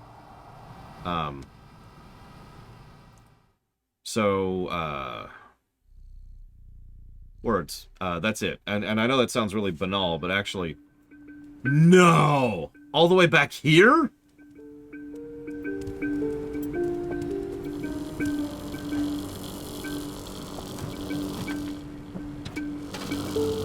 It's a tried and true business model. It's actually why the MMO boom happened.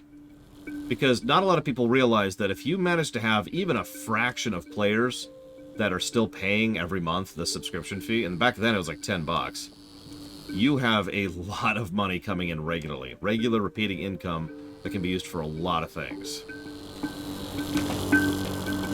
Like, the reason why it was so easy to get the idea of a MMO greenlit back when I was working on that kind of thing was because even some basic on-the-envelope math could prove exactly how financially feasible an MMO is, even if it's only mildly successful.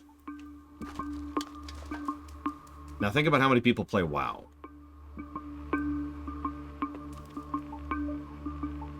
I'll give you a hint. It's a lot. That's WoW's subscription model. It's actually FF14's as well, although FF14 leans on the cash shop more, which is honestly probably my biggest worry when it comes to FF14 going downhill, excuse me, is that they're going to be microtransactioned in order to pay for Square Enix's blunders. Yeah, exactly, Magister. You don't need that many people to have a successful MMO. Is FF14's worse than Tor? That's an interesting question. That's the exact same thing that happened last time.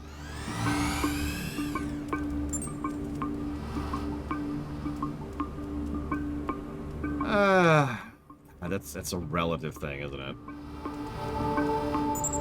No, come on, go down! Go down!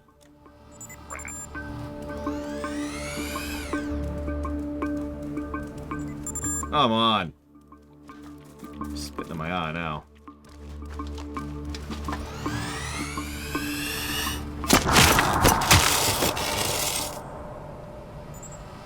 Yeah, Tor got several because Tor's bad.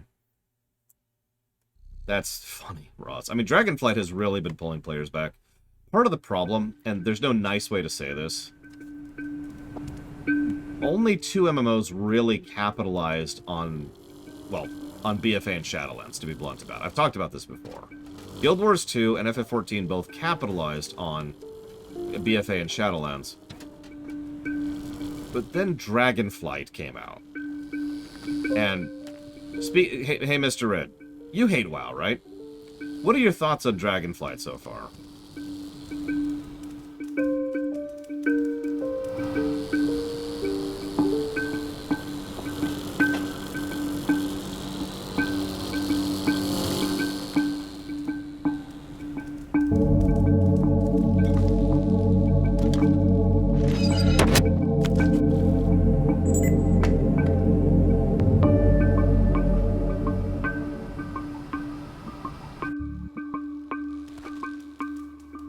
I think STO is the most negatives we've ever gotten an in-game stop to date, which I stand behind, consequently.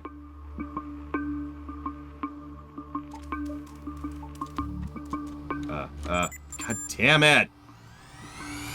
Dick about it.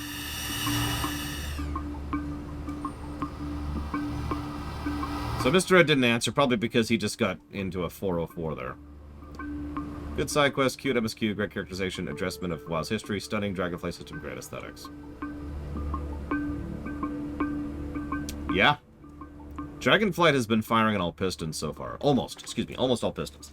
I think the MSQ sucks, but, you know, other than that,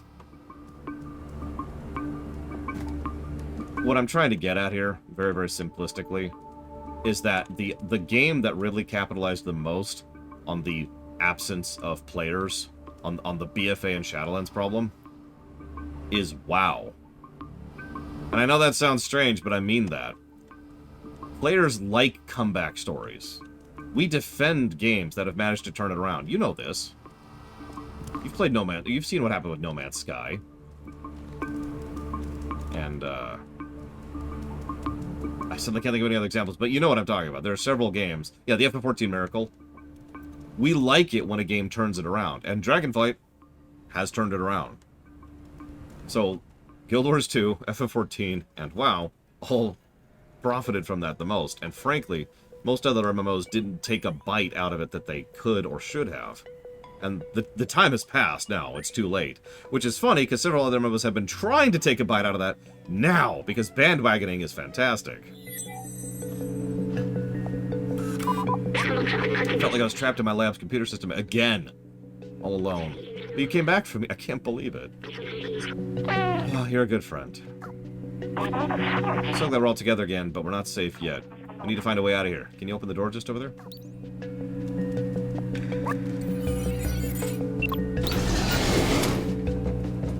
I feel like Blade Toll isn't listening to me, because I just said that. Oh yeah, speaking of which.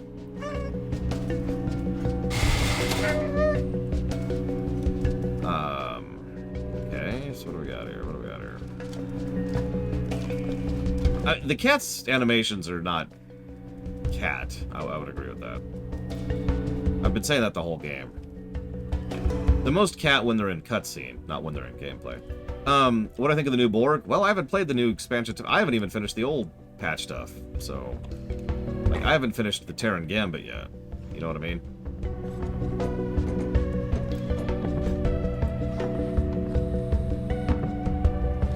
Well.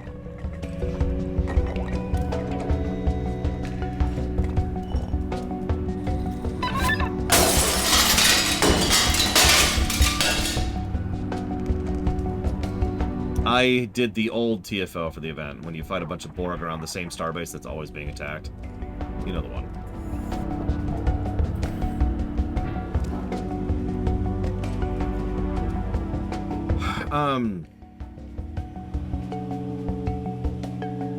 How does the WoW player base treat new players? That's a very good question. So, let's be very clear. Every MMO out there is kind of new player hostile. Unavoidably. It's also worth noting every one of the big MMOs out there does stuff to try and make it new player friendly, because they have to. But you are still going to be more than a little lost if you don't know what you're doing. 1 second. Those sentinels are blocking the way again. They'll spawn me instantly. Maybe you could try to bait them into those cells and lock them in. Let's see what we got. Got a cutscene.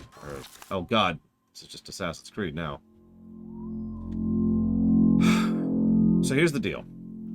WoW is probably the most new player friendly game MMO out there right now, in my opinion. My professional opinion. God, where are we? So if you start a brand new character, you have a couple of options, but generally you're going to be starting in the BFA tutorial zone designed for you've never played an MMO before. And I mean it the way I say that. It's not, it's like, it's there to help you get used to playing video games.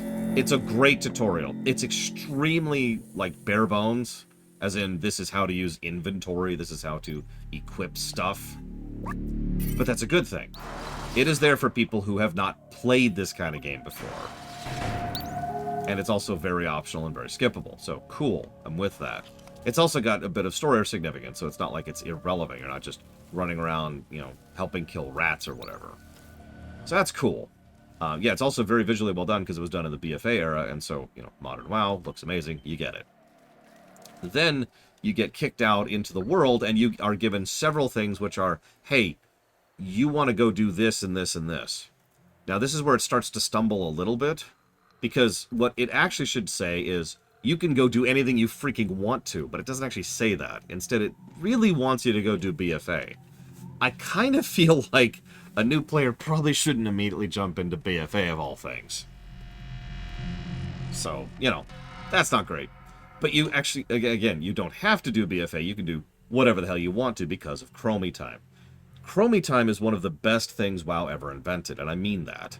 Chromie time is, I want to do, I go want to do insert expansion A, B, or C as if I was in that expansion to gain full benefit, full leveling. You know, I want to level in BC. I want to level in Wrath. I want to level in Pandaria. I want to level in Warlords. You can do that. Boom. That's awesome. And they fixed the old issue with it. In the old days, what used to happen is as soon as you hit a certain level, which I believe was 50, you would just, oh my god, you're done. And you would instantly, without, you know, choice, without player choice, you'd just teleport to Orgrimmar, and it would be like, here, go do BFA. Nowadays, instead, Chromie will pop up and say, hey, you ready to go? If you want to. But you don't have to now. It's not mandatory. It's just a pop-up telling you you're done leveling. You could keep leveling if you want to. You could go back, dump Chromie time, and continue doing the zone if you want to see the content and be a death machine if you want to do it, which is what we'll be doing a lot of in the review run. Or you can move on to other stuff if you want to. You can also switch Chromie times, more or less at will. All you have to do is go back and talk to Chromie and be like, hey, I want to be over here now. And now you're over here in this timeline instead. That being said, as with all MMOs, there are systems and mechanics and things that have been abandoned which are not super well explained. But I do think WoW is still the best new player-friendly MMO out there at the moment. See that guy on the ground over there? He was rebooted. I don't want to lose my memory. I'm so scared. Don't worry, Pablo. Who are you again? Nah, it doesn't matter.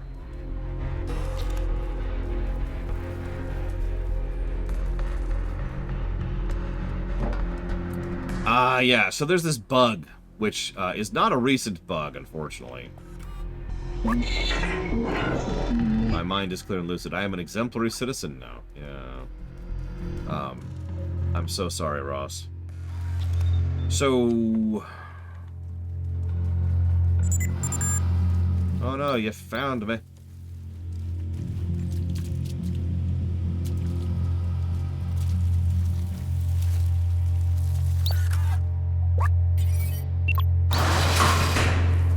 Anyways,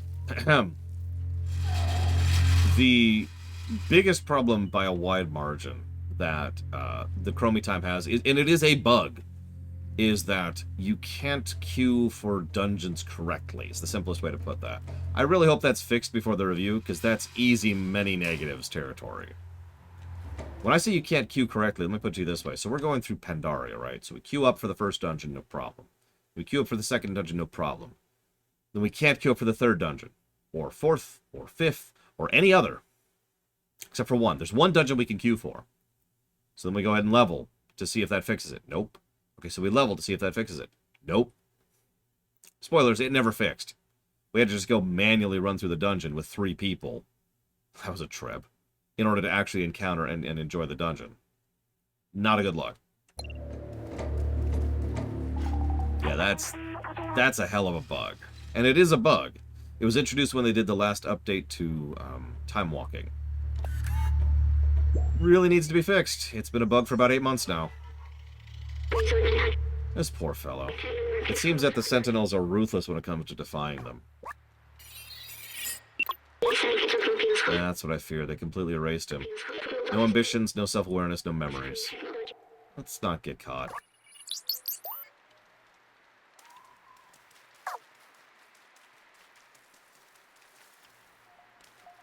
I knew what you meant, Jay Palmer, but that bug, which is a bug, can go right to hell.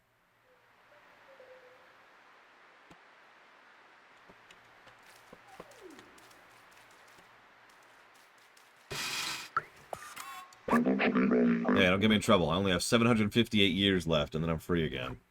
7? Yeah. I honestly feel like these people's sense of time is inaccurate, and they're not literally meaning that long. Because holy crap. Put me in jail because I wanted to overclock my processor. Okay, well, this is my life now.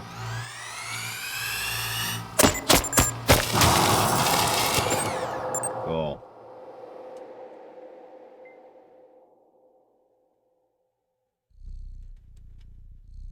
Either way, WoW does plenty wrong. I don't want to overpraise it. But I mean, that's every game.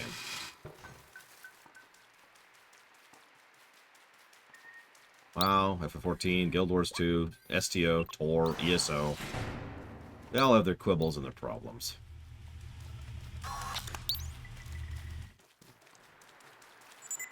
Oh no, don't follow me, please, officer. Please don't follow me, no.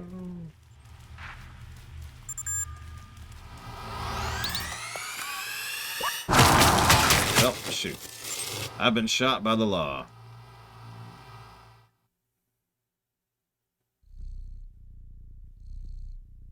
Law 1.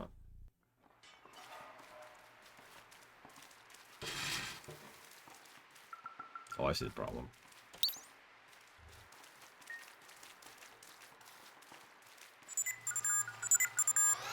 I didn't want both of them. I didn't want both of them.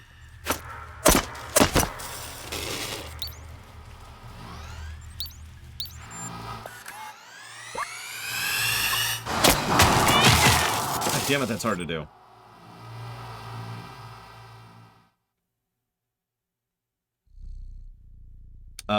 Well, that's easy, Magister. So first of all, what I would do, I would keep the option to do the newbie zone. I don't really have a lot of complaints about the newbie zone, not really. So, second thing I would do is I would add a new town. Probably very, very small. Probably filled with $100 from Lucas Slaughter. That's very important. We need that $100 there.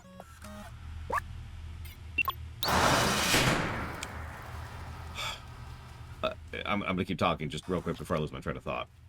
New town, right? Very basic functionality, but it's like, it's the new hub. Probably something lore related to Dragonflight. And the fact that, you know, there's a third faction now, the Expedition thing, right? Okay? So it's the Expedition town, and you're dropped here, and, like, the first thing you see is someone is like, hey, here's the quest to see what's going on in the town. And you just go around, here's the auction house, here's how it works, here's the mail, here's how it works, here's the bank, here's how it works. You know, blah, blah, blah, right? Like, just really, really basic stuff. And then once that's done, Chromie's right there, and she's like, hey, what's up?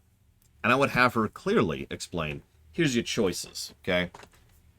You can hop into whichever timeline you want to experience whichever stories you want to progress through your journey. And then make her... And so for those who've seen Chromie Time, a little window pops up, and there's like a little image. That's like, would you like to do BC? Would you like to do Wrath? Would you like to... You know, right? There you go. Boom. Done. Fixed.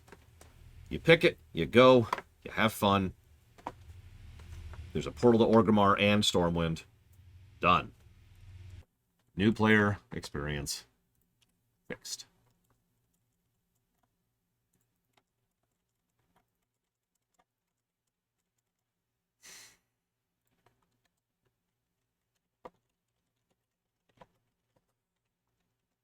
Well, no, of course not, Magister. Narratively, I'd have to think about what I would do with that. That's trickier.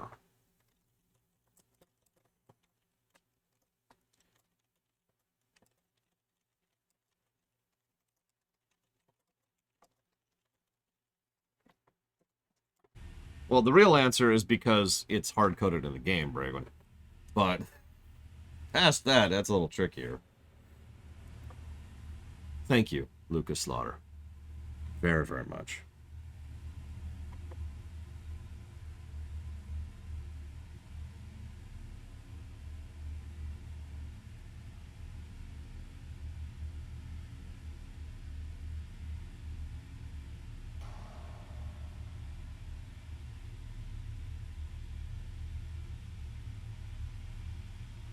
I do always and ever appreciate that support.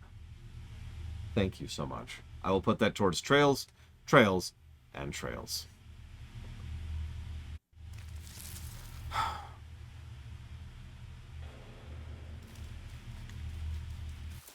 trying to think of what I would do narratively with that. With the new player experience, I mean. Because... because, I did not Ghost Rider, but I did notice that in BFA. Because there's a ton of those bugs in BFA. Like, a lot. Like, a lot. BFA was really unpolished.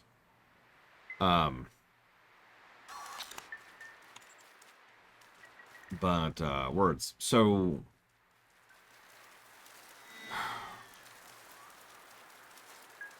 The problem is, right now, the new player experience is you're a brand new recruit who is part of the Fourth War. I'm never calling it that again.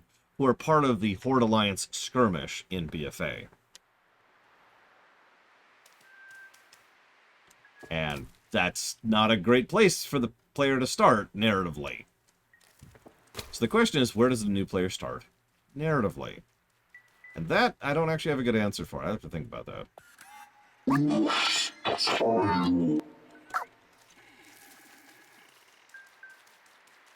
At least 2, Mr. Red, and that's not actually a joke.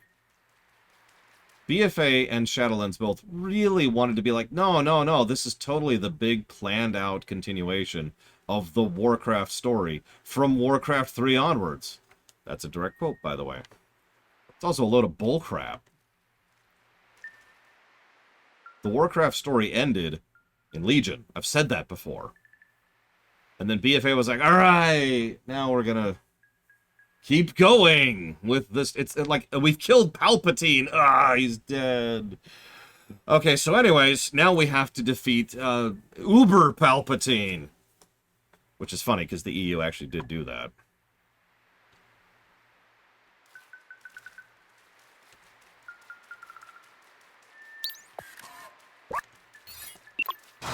Palpatine 2. I didn't even realize I could do that.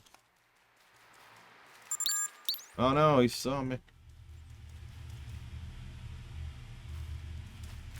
Thought he saw me.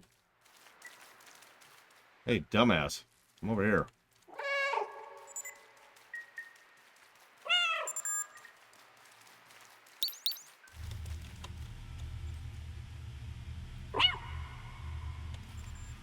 Oh, Jesus, that's actually bad.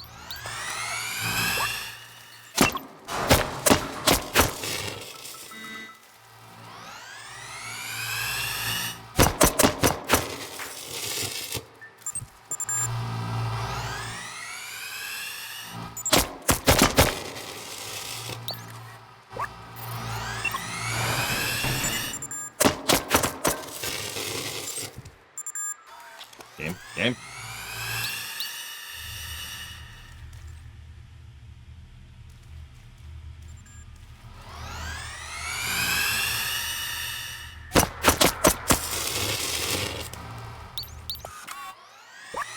God, could you hack slower? Christ, you're terrible. Ah.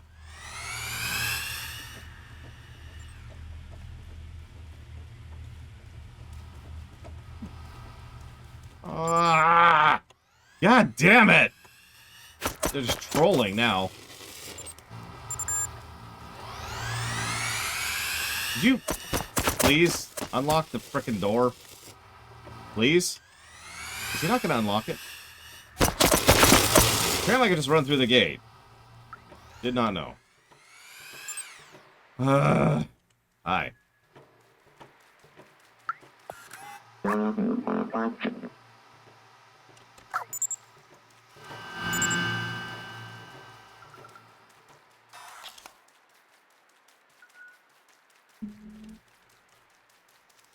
Anyways. It didn't even occur to me I could go through the gate. I'm not gonna lie to you.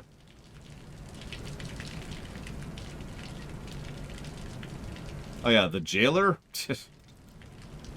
WoW is gonna be an interesting review, because it's gonna be like BC, which is gonna review badly. Wrath, which is gonna review okay. Kata, which is gonna review well. Pandaria, very well. Warlords, well. Legion, extremely well. BFA, Shadowlands,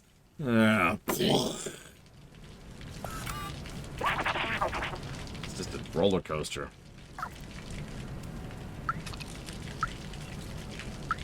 What's bad about Wrath?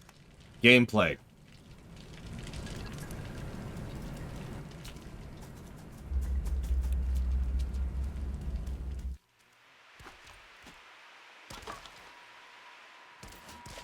That is gameplay access only, but I don't know how to finish that sentence. I care about gameplay. I know that's strange. Hi, my name's the Lore Runner. I care about gameplay. Hi, Lore Runner. It all started when I was 3, and I started playing Super Mario Brothers. Anyways, well,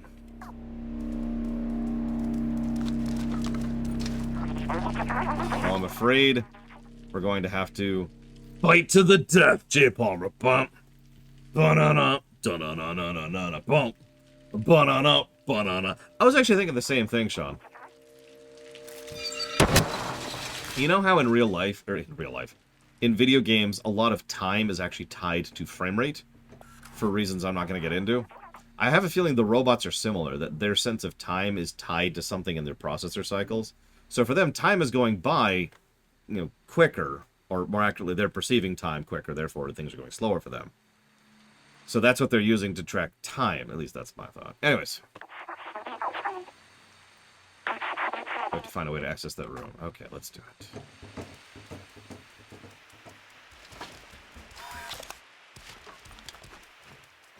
No, I mean, we've had this discussion several times over the last month, Lucas Slaughter, because we went from Baldur's Gate 3 to 3 Dragon Ages to GTA 5, and a lot of people care more about story than gameplay. We had this whole discussion about it, then we had it again, then we had it again. And then again. And I think one more time after that. And we're having it now. So, was I the only person who liked Island Expeditions? I'm honestly curious.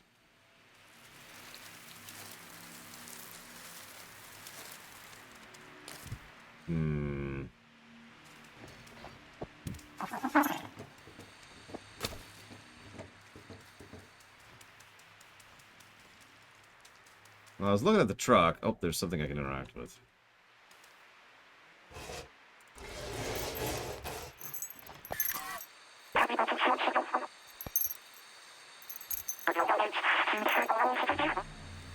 Okay.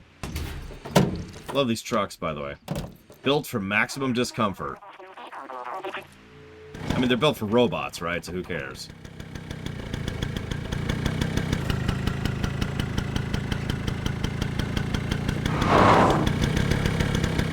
Oh yeah, that's another thing. Torghast is going to be a lot of positives. Like, a lot. Like, we're gonna dump a bucket of positives over Torghast. And a couple negatives. But just tons of positives.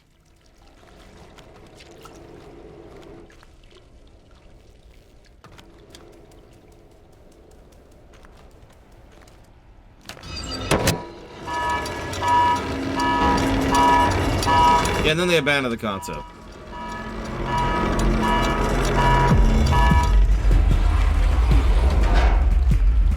Oh, Jesus Christ.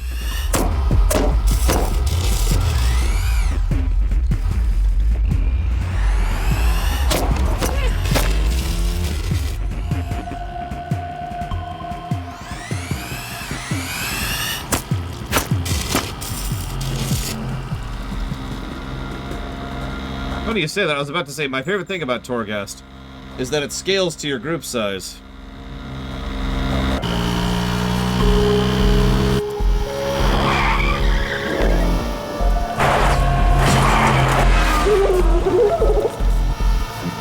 Well, Brigwin was playing a rogue. No offense, Brigwin.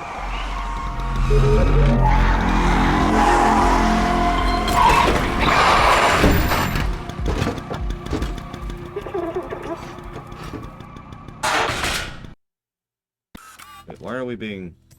There's no way we'll all make it with the Sentinel's outer tail. I can distract for a while, but you have to go. The Outsider Manifesto says we must go outside at any cost. I wrote that. You're one of us now. It's not that everyone has to get to the outside, but one of us has to. I'll keep you in my RAM, little outsider.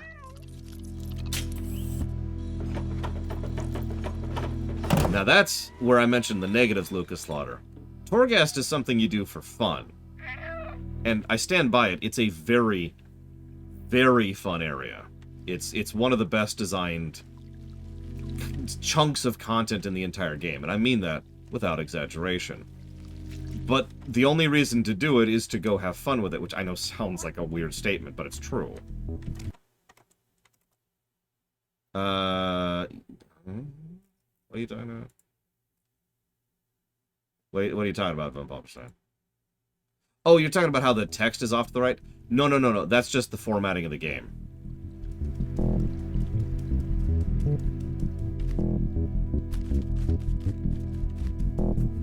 I should also mention something. Now, no judgment, okay? This is not victim blaming. But you know something I've heard a lot? I've heard a lot of people say that WoW sucks, and every time I ask them why, it boils down to the words Mythic Plus. I've never done Mythic Plus. I really like WoW. Make of that what you will.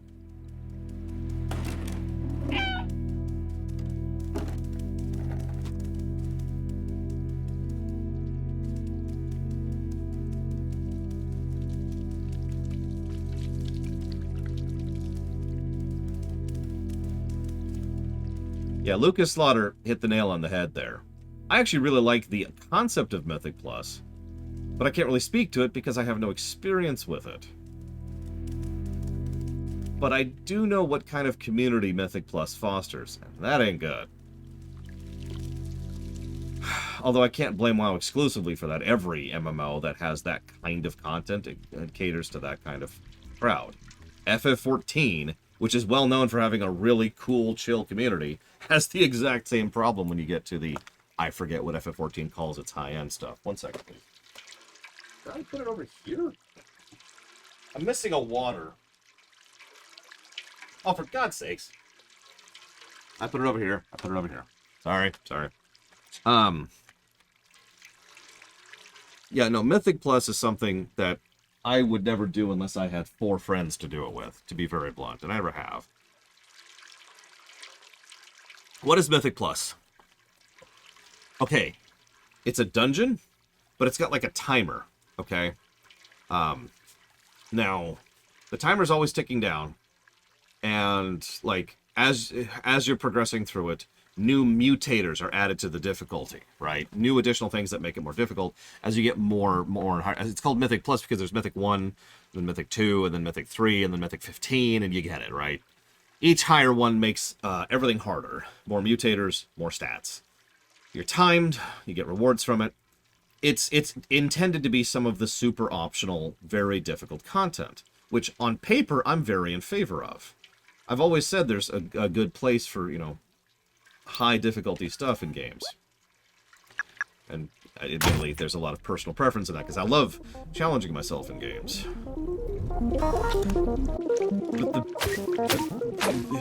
But Mythic Plus tends to engender a terrible community, like I just said. Like every super optional thing like that engenders in a community. And having said that, you're probably thinking, how do you fix that? The only hypothetical I've ever heard to help, to begin to fix Mythic Plus that I've ever heard is remove gear from the equation entirely. Now this is something WoW can and has done since Pandaria, believe it or not. That tech has been in the game for a long time. It's they can flatten gear level. They can flatten a player's stats to a specific thing. Boom, right here. So everybody who always joins a Mythic Plus will always be right here. Now, yeah, it's a good way to put that, Von Palperstein. By doing this, it would hypothetically, again, because this is all the realm of hypothetical, hypothetically remove some of the gear barrier wall. Some of the, you have to have this many clears, or this much gear, or this much item level, in order to even join a particular Mythic Plus group. Hypothetically.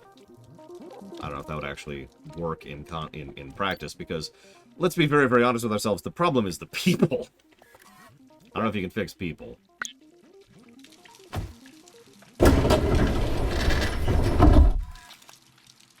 Now, there is one other problem. So I say problem. One other solution, but it's a problem solution. make Mythic Plus solo only. Now, that's doable. It's possible, it's feasible. They could make it a functional thing. That's something that can happen. They've done it with the frickin' Mage Tower, for God's sakes. And frankly, they did it with Torghast as well.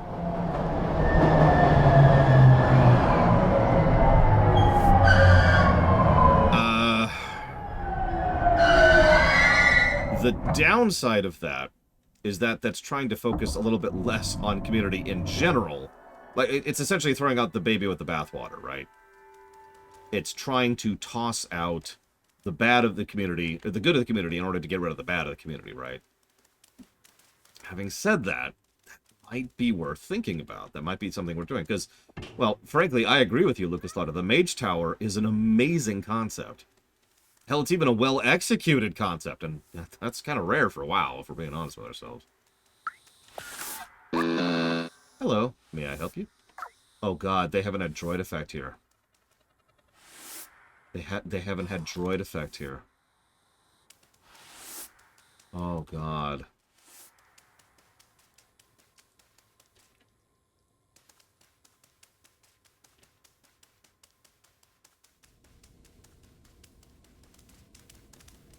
That's a good question, Outcast. I don't know. The helper bots have just kept cleaning. Greetings, inhabitants of Walled City 99. Oh my god. Either that or they've been rebooted today. That's almost worse. Yep, repainting, recleaning. I'm currently painting this area. Please be careful of wet paint. Have a nice day. That's... Oh... we're going to close down the guessing game very soon. Like, probably in a few seconds. So, get your guessing game guesses in if you haven't, please.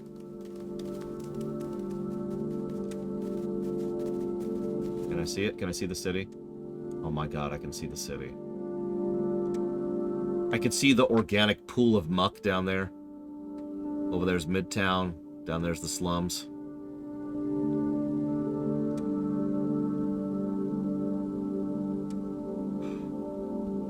That's even worse, Jay Palmer. Yeah, we're just looking down at Midgar at this point. Oh Jesus, Lucas, that's gotta be terrible. Okay, hang on. Let me look at my notes. Here. Whoa.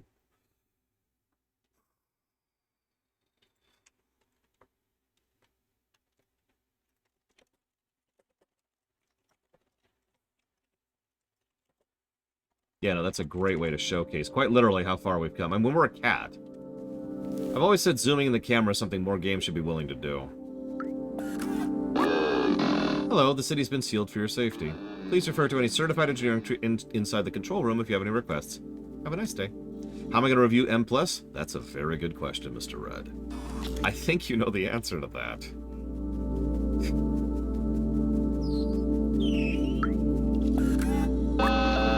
Hello, my current task is clean the window. Please refer to any certified engineer if you have any requests. Have a nice day.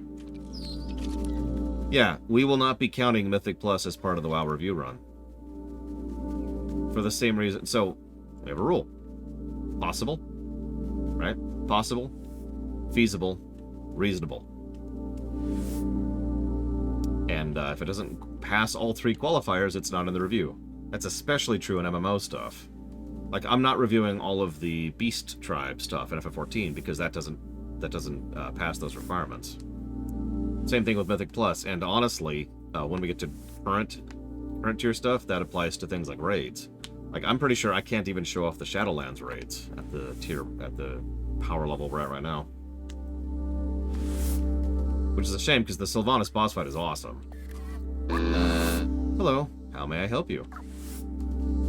Oh yeah, do they react? They don't react at all.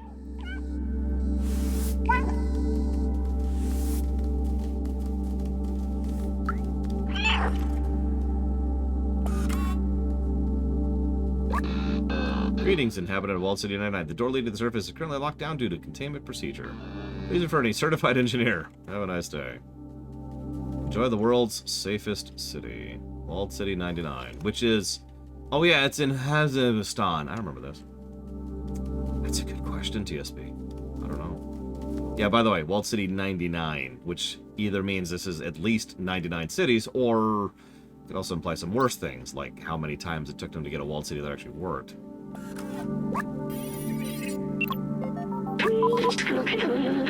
Only humans are authorized to enter.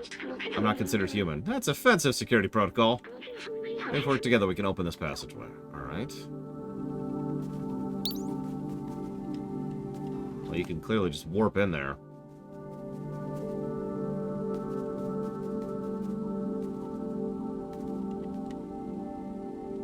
Oh yeah, no, I was actually getting some Fallout 4 vibes here. In fact, there's a specific scene in Fallout 4, which I will not spoil for anybody who's never played it, that I was thinking of when we were going through this section.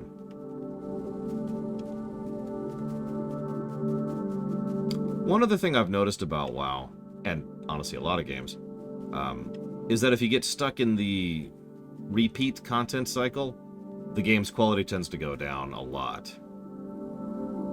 Now you're probably thinking, well, does that mean the game is worse? Yeah, and we will review it as such, but if that sounds familiar, you remember the massive argument we had about that during Dragon Age Inquisition. There's meat content, and then there's this stuff, which is designed to keep you on the treadmill. The fact that this is in single-player games is even worse, but it doesn't matter, really, right? It doesn't matter if it's an MMO. It doesn't matter if it's a single-player game. It doesn't matter if it's a freaking mobile game. This stuff can go to hell. Hi, Evo. Let's go ahead and lock down the guessing game. I know I haven't updated the HUD. It's because I'm still thinking about a lot of things.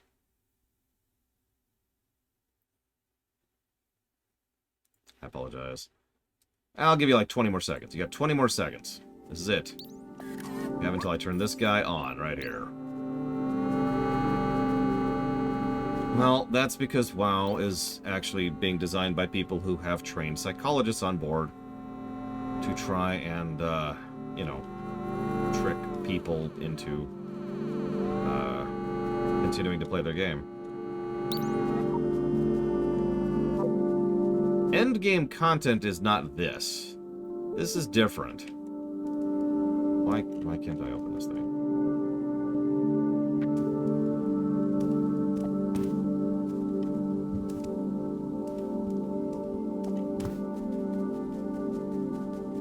You know, I was going to use an example, but actually I'm having trouble coming up with a counter-example. Grifts in Diablo 3 are not the treadmill. They're meat content. They're fun, they're interesting, they're engaging.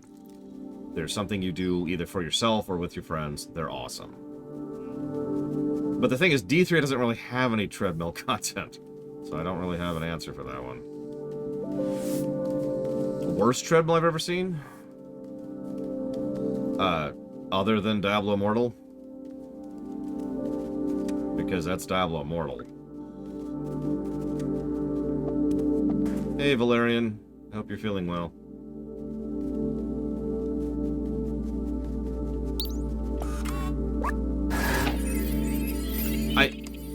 Okay. Sure. That is extremely logical that that would happen. I believe everything about that.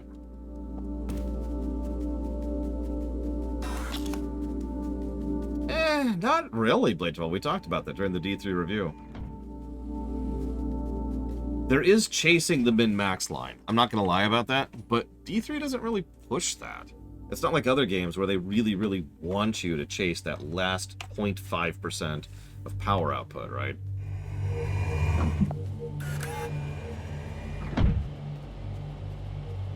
This is the control room for the entire city. They controlled everything from here, and it's empty. I remember hating them so much. They had everything. Clean space, limitless power, freedom to move.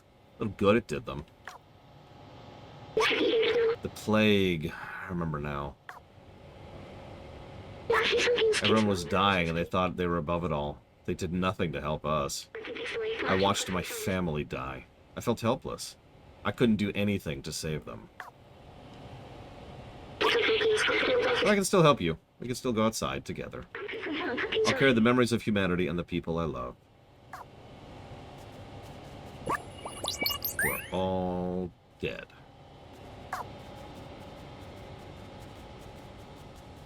Look, this cat doesn't understand anything. He's just going along with stuff. She? It? They.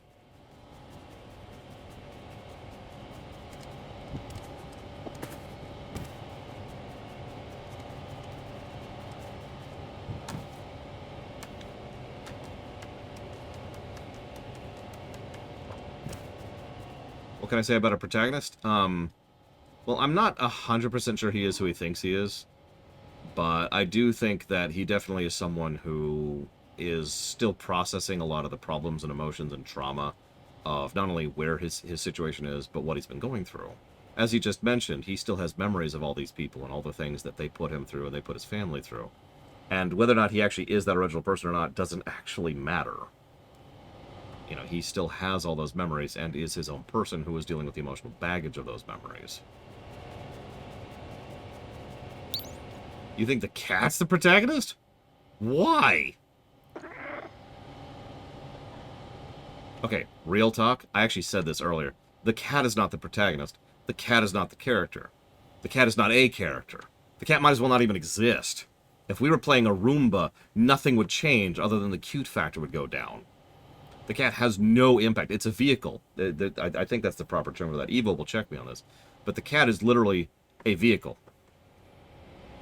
That thing on our back, that's the protagonist. This guy. Yeah, the car in GTA is not the player character, you know?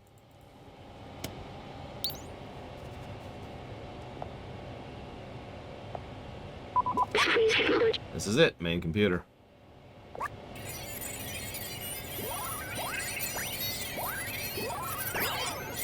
The game where he plays a Roomba. I'd play that. According to the mainframe, no one's been here for years. Whole city's stuck in a lockdown cycle from long ago. If we disable it, we should be able to leave.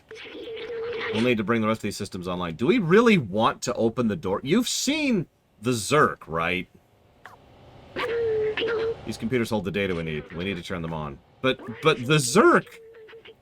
But the... Okay, whatever.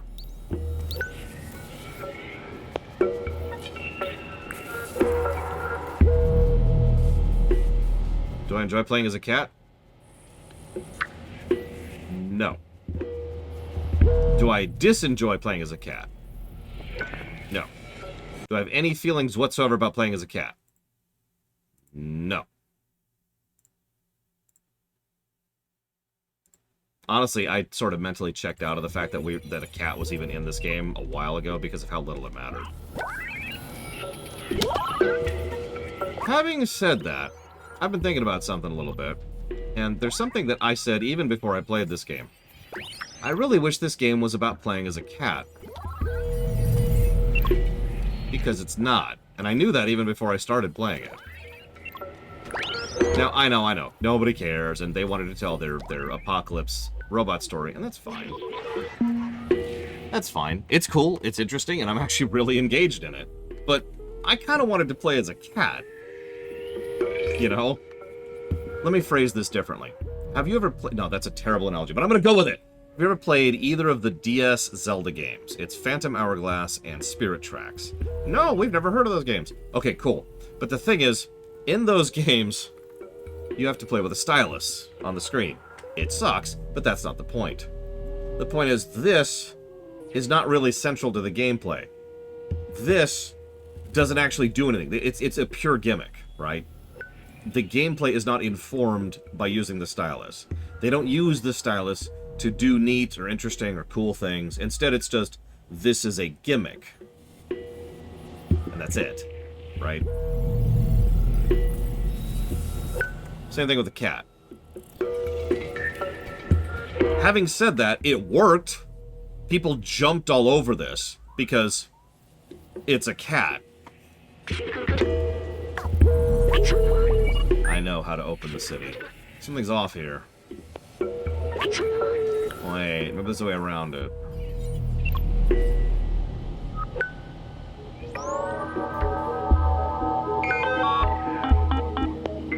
System is locked. That's the workstation, but there's several layers of security preventing us from using it. One final puzzle game. And now we have to do what we do best. Me, I'll hack the machines, and you destroy stuff. It is extremely clever marketing. It worked perfectly. Everybody wanted to play this game. It got tremendous praise. It sold very well. In fact, hang on, let's actually double check something really quick. How well did this game sell? Honestly, yeah, 040. I mean, duh. How well did you sell that we know? No, just Stray. Here we go, here we go. It doesn't say. Of course it doesn't say. Meh. Let's try this.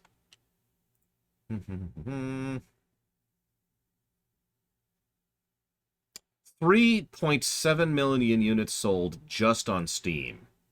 Just on Steam.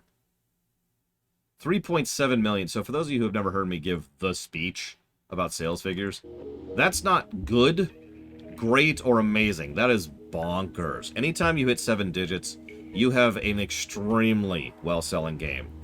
Don't listen to whatever nonsense game publishers tell you. 7 digits is huge. And it keeps getting more huge the more of 7 digits you keep adding. It says 3.7, again, just on Steam, is really high.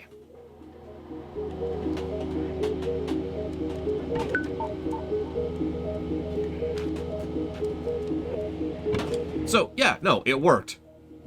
The good news is, it's a good game. I've been enjoying myself overall. I have some issues with it. But, honestly, it's the exact same issues I have with every other, point-and-click adventure game I've ever played in my life. There's parts of it that are smooth and fun and interesting, and then there's parts that aren't.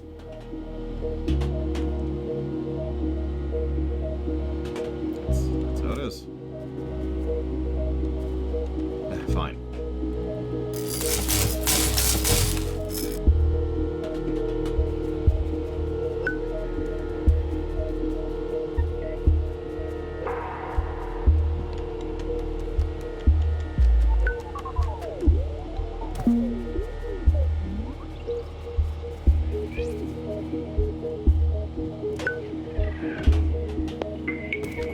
Okay. Close to what I wanted to have it, but that's cool. That's cool.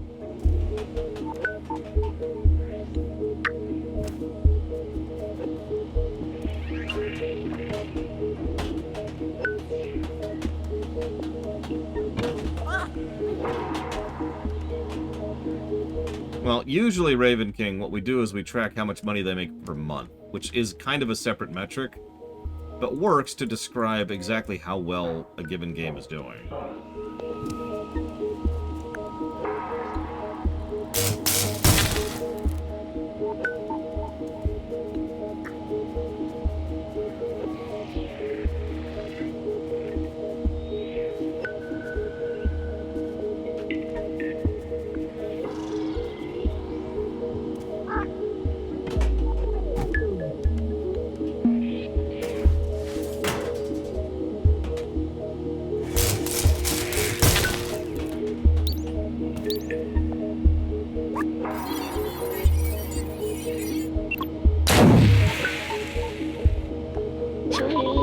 System's taking more than I expected. Ah, you'll be fine. You're definitely not about to die or anything. Oh no, we have to keep going. Yeah.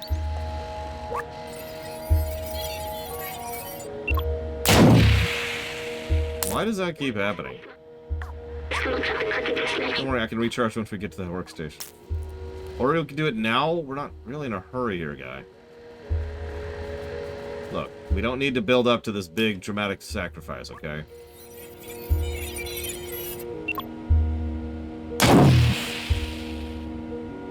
Seriously, dude. I think this little body's done for. It's okay, I'll be alright. Just carry me to the workstation. We can disable that alarm. Okay.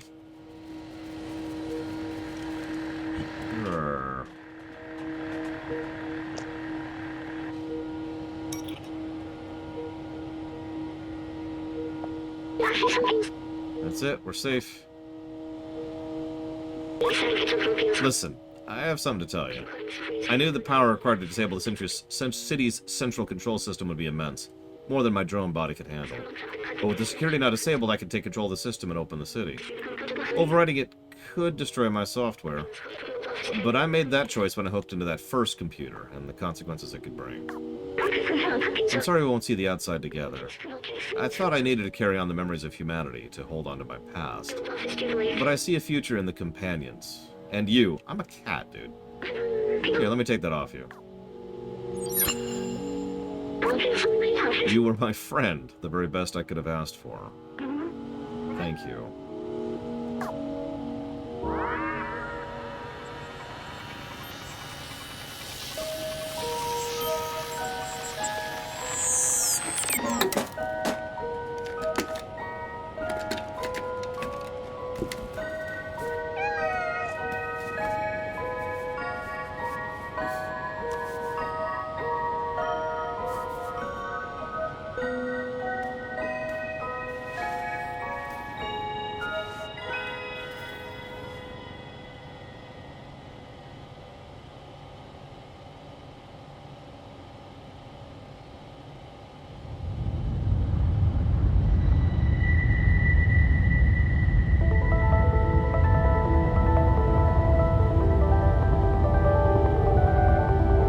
Right over the death fungus. That's great.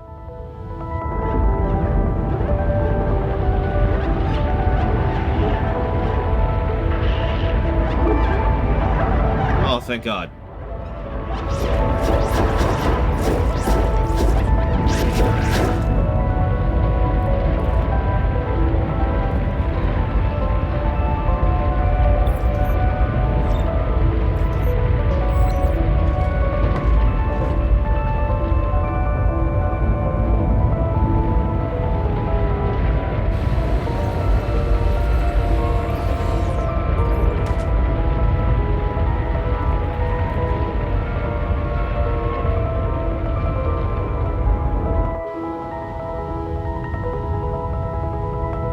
Evacuate everyone and then drop a nuke in here.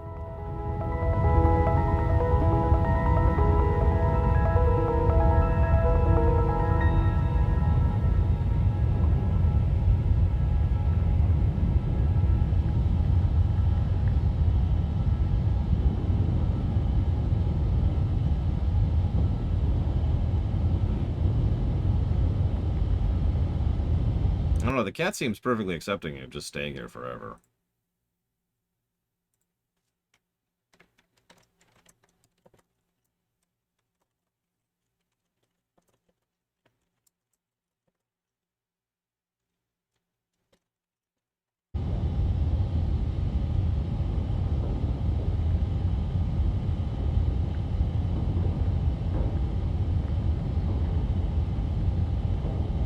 No, don't. Well, now I can't see. So how do we get out? Like, that's not a very efficient method of escapitude.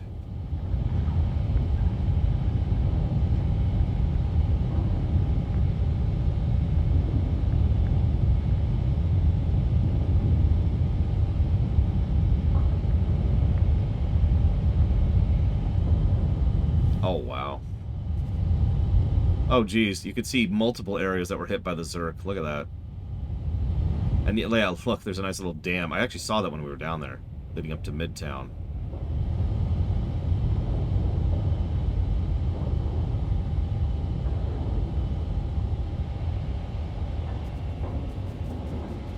Oh, okay. We appear to have opened the door, so to speak.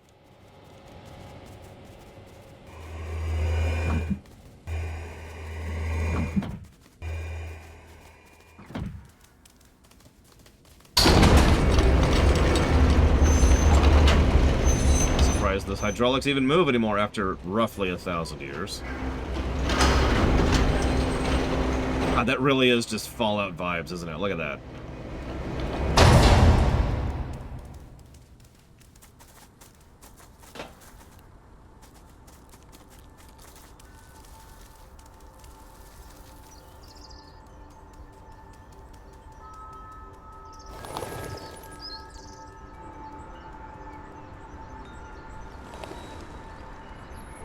Yes, Savacom.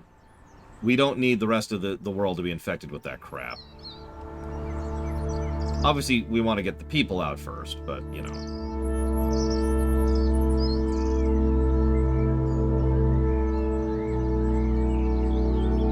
Yeah, hit me, Zara. Go ahead.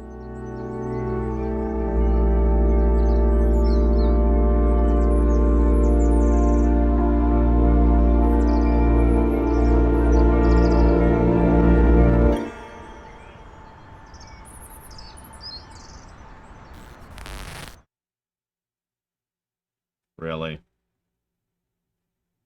That was the end.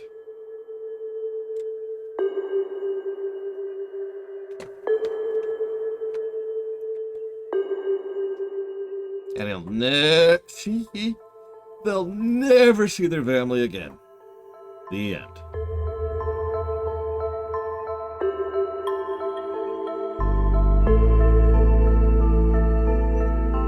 It's fine. There's humans everywhere, Crazy Norse. Humanity survived the we don't even know what it was list. There's an apocalypse, and then there's a we don't know what it was list. There's a big difference. So, I apologize, but alt-tabbing mutes the game, and I got a job to do. So, we're gonna do that. It's okay. I have an idea.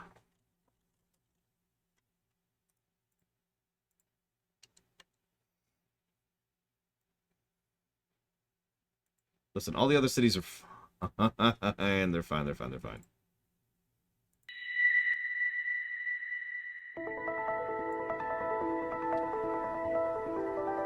They're all dancing on rainbows.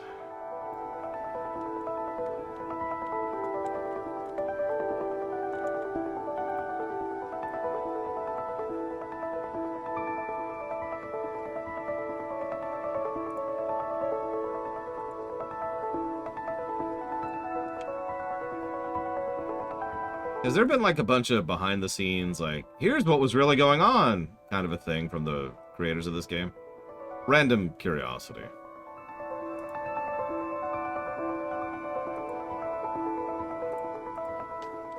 Look, I've seen movies before Crazy Norse.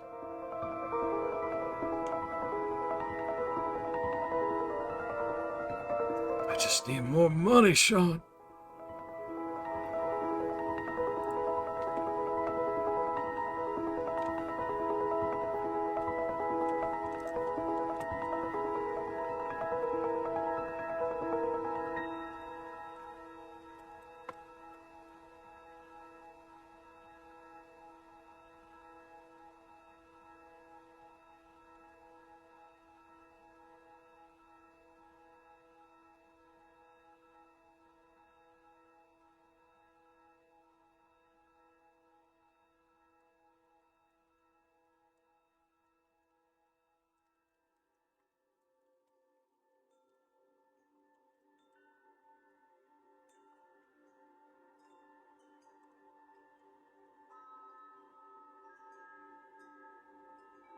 How many people want to argue for a plus to cute for the cat?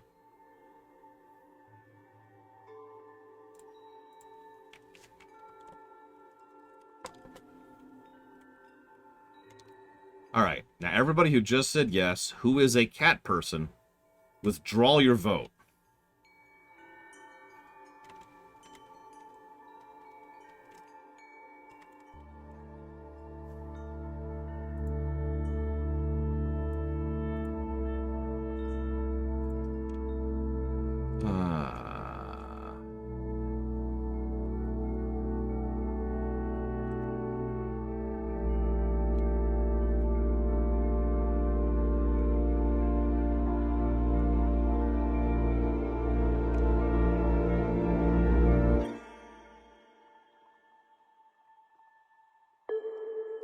You know what I find weird? The Zerk were ultimately just kind of a minor Act 1 thing, even though they came across as, like, something much, much worse than that.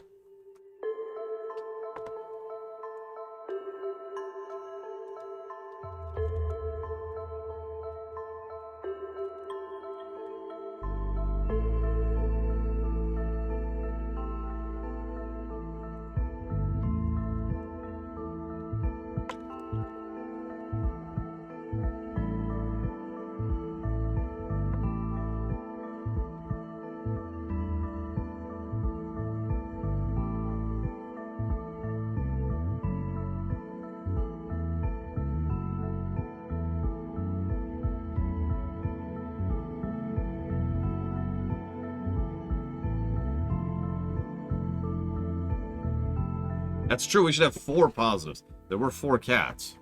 That's a good point.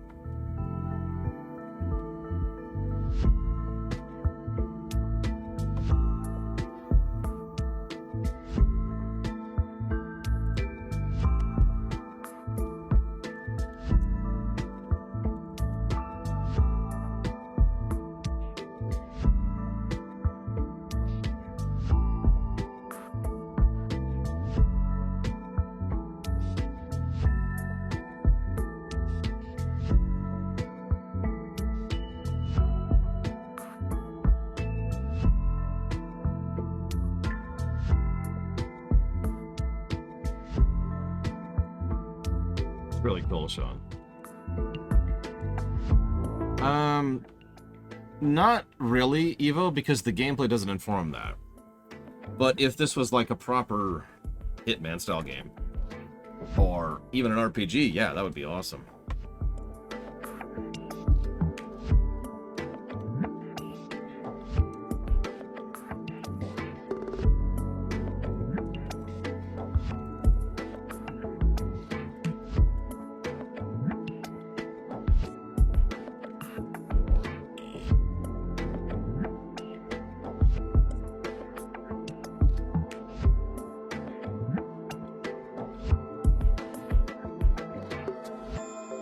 I am a little surprised they didn't allow us to have some character creating customization for the cat.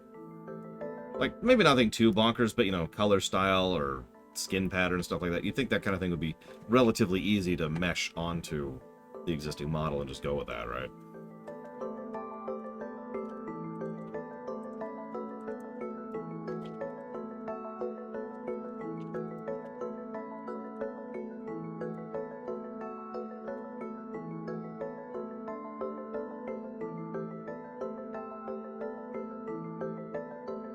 All in all, worst game I've ever played. 0 out of 10. Ride to Hell Retribution wishes it was this bad.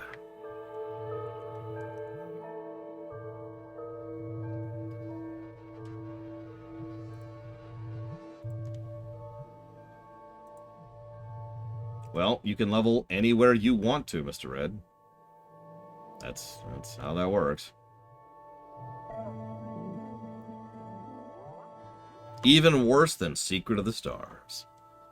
No game compares to Stray. I should give a negative for the fact that cats exist. Cats exist. In real life, not in the game, I mean. Negative to cats. Listen, nothing's worse than Inquisition.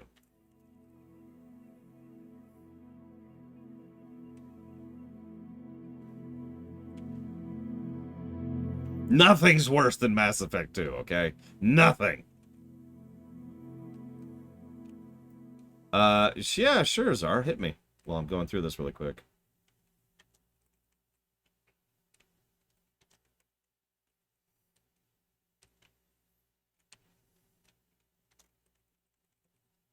Listen, I'm just dropping some truth bombs. Mass Effect 1's the only true Mass Effect. That's why it's a terrible game. Or, I mean, a good game. That is really good. It is the greatest game ever made. I'm only going to give the save system 1 negative. It's not good, but at least there is a chapter select and there are multiple slots. If this didn't exist, and if there wasn't the chapter select, that would be probably a 2nd and then a 3rd negative. It's not. They're there. We're cool. I just want to show that off because I looked at that off camera earlier.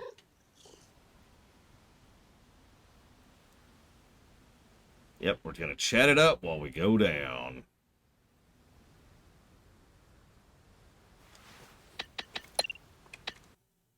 I've also decided to be nice and not give a negative for the depth of field, even though it's bad. It only actually showed up like 3 times ever.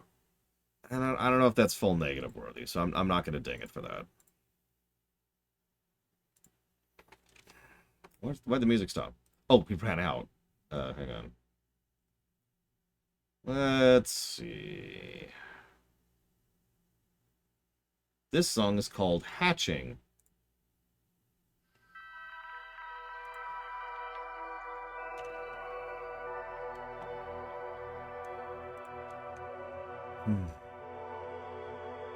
We'll get to replayability in a second. We're still in story.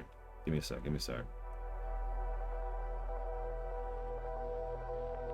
How far gore is okay in a game until it goes too far into nonsense territory or too scary or horrific? Well, I've actually talked about that before.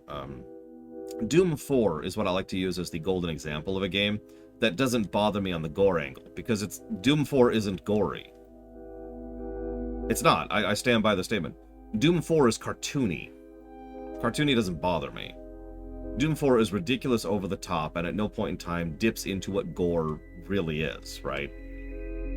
Gore, at its philosophical core, is about trying to disgust and gross you out by bothering you, by showing you something that your brain, at a primal level, acknowledges is not correct, right? You know, visible viscera, or you know, a chest that's been ripped open, or something like that, right? Now, gore is still a tool that can be used appropriately or inappropriately.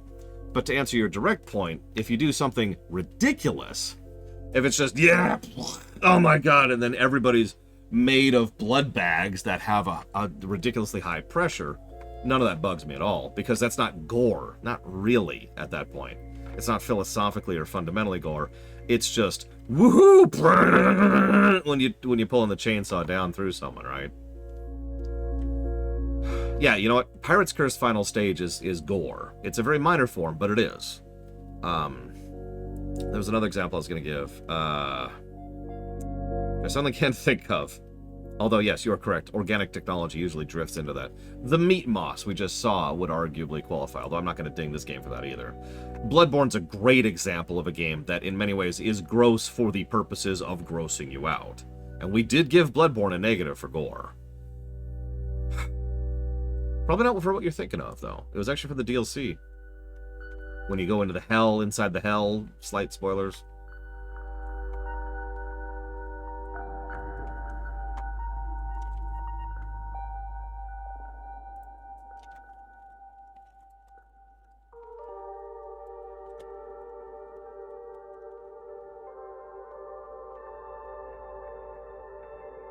Plus to character.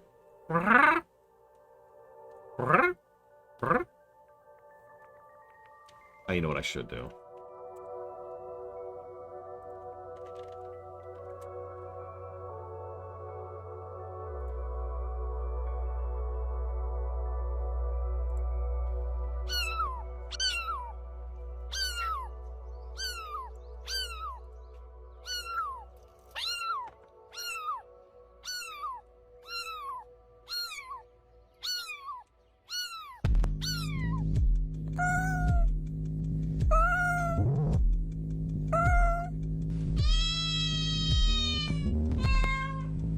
Of course it is, Czar. But just because you do something deliberately doesn't mean you get a pass. If you punch me in the face on purpose, I don't care, you still punch me in the face. As the saying goes.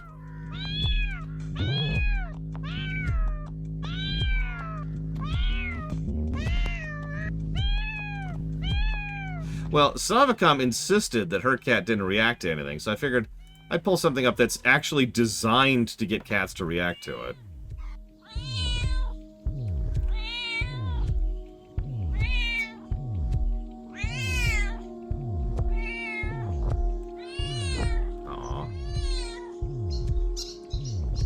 Alright, just for you, Crazy Norris. I'll go and pause that.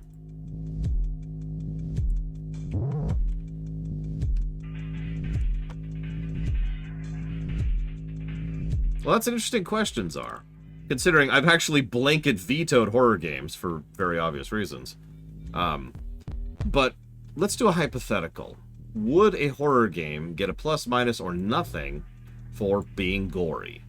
Now, unfortunately, I can't speak in generics because that's not how the system is designed. The system is supposed to work in specifics, so I need a specific example. Do you got one, Czar? Because I don't know a lot of horror games. In fact, I don't really know any horror games. I don't play horror games, so...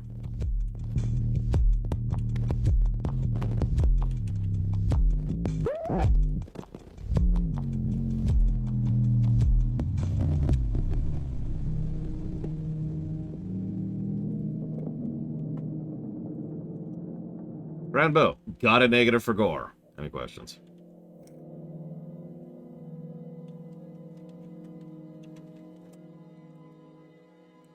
Oh, I already gave that a positive. Damn it. That should, hang on. Silent Hill 2. It's a good example. Does Silent Hill 2 have gore? Not being facetious, I really don't know. Silent Hill 2 currently is in a state of being banned, by virtue of not having a copy of the game I can get a hold of to stream.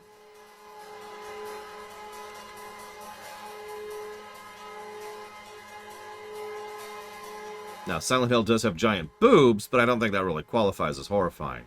Unless, well, you know.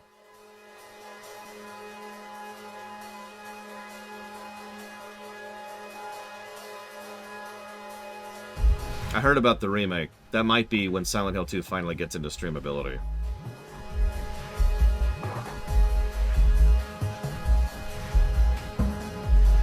We did give a negative for the Broodmothers. That's true. VN999, I actually have played, although I barely remember. It did have a very unique take on gore, because all of it was described from memory. But it was described a little bit too well.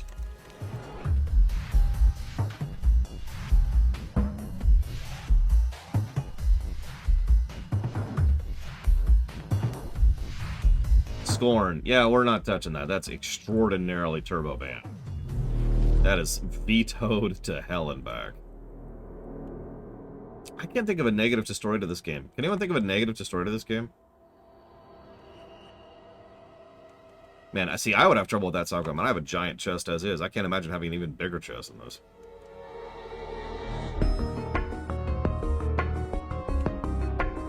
Not enough cats. It's true. A negative for every character that isn't a cat. Which is all of them, because there are no cat characters in this game.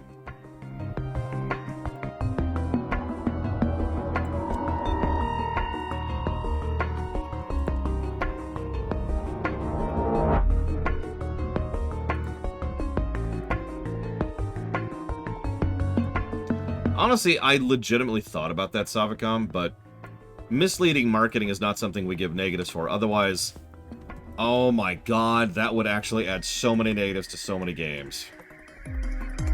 We would have to give Dragon Age Origins a negative for that. Think about that.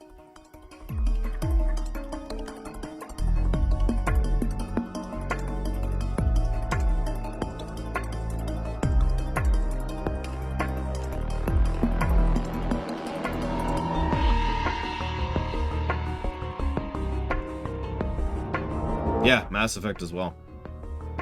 The music was unique. Negative to story. Unique music. And thank God for that, Evo. Here's a fun one. If we added marketing to the review, not only would that increase the amount of work I would have to do for every single game, but we would have to give a negative for virtually every game that came out in the 80s, 90s, and early aughts. Because I've seen the advertising back then. It was terrible.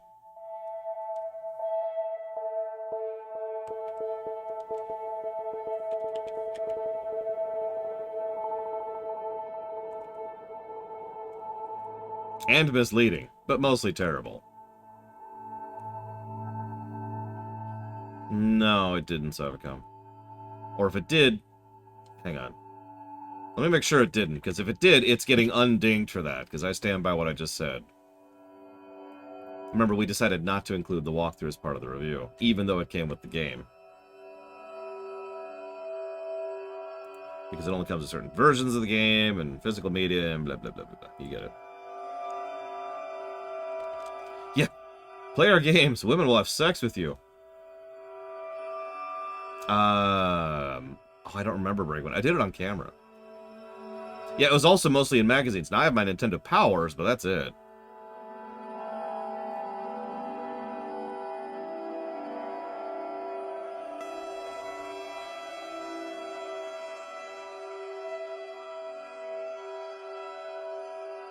Earthbound got no story negatives. Listen, no females play video games, Savacom, because this is the 70s, 80s, and 90s, and we're extremely stupid about our marketing. I can't exaggerate. I'm saying it kind of jokingly, but you have to understand that I mean with total sincerity that ads back then sucked. Really, really badly. The TV ads sucked. The magazine ads sucked. They were really bad. Not jokingly bad, not memingly bad. They were awful. That's why I'm so grateful that we don't have to cover all that garbage. I mean, they weren't exactly great overall, Jay Palmer, but they were really bad for games because nobody knew how to market games yet. And so what happened was a bunch of marketing people. Let me put it this way. Hey, Savacom, I need you to do me a favor. I need you to sit down right now and give me a full essay on World of Warcraft's lore. I want it in depth. I need it done by next Tuesday, okay? Can you do that for me? Thanks. Now, Savacom is not exactly an unintelligent person, but I don't think she's ever played WoW, and she certainly doesn't know much about it. She's a smart woman, but this isn't her field of expertise, and this is sort of exactly what happened. A lot of people who were marketing people were like, all right, market these games. And nobody knew really how to market video games back in the day, right? It was kind of a new thing. And so then they were like, yeah, sure, no problem. And then they jumbled it all over the place and just, it was terrible. It was so bad. By the way, no, we did not give a negative for the scratch and sniff. I just double checked it. I might be able to spot plagiarism in my own work because I've done it before, in school even. Yeah, market this video game. What's a video game? Yeah. Have you ever seen the original Zelda ads? Like the original Zelda ads. They had some weird TV spots. It might even be worth YouTubing. If they're on YouTube, they might not be. I don't actually know.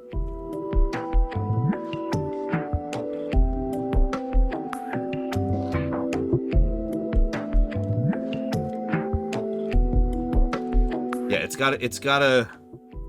I mean, that's kind of what they were going for, Savacom. I wasn't joking. There's an ad. I don't remember the game right now. I referenced it recently because Pro Jared brought it up recently, and I remember this ad. It was an ad... Oh, Mortal Kombat on the Genesis, which, by the way, was the inferior version of Mortal Kombat. In fact, it was the worst version of Mortal Kombat, unless you count the handheld crap. Let's not get into that. But anyways, that version was specifically marketed with the idea that bullies will leave you alone, and women will adore you and just fawn over you if you play that game. If you play Mortal Kombat on the Genesis. That was their ad campaign. This isn't a joke. This isn't an exaggeration. That was actually their advert. It's so hilariously insulting to the intended audience. Oh god, yeah, this is the one! This is the Legend of Zelda ad. Like, there's actually worse than this, but yeah, this is the exact one I was thinking of. Who linked that? Thank you, Jay Palmer.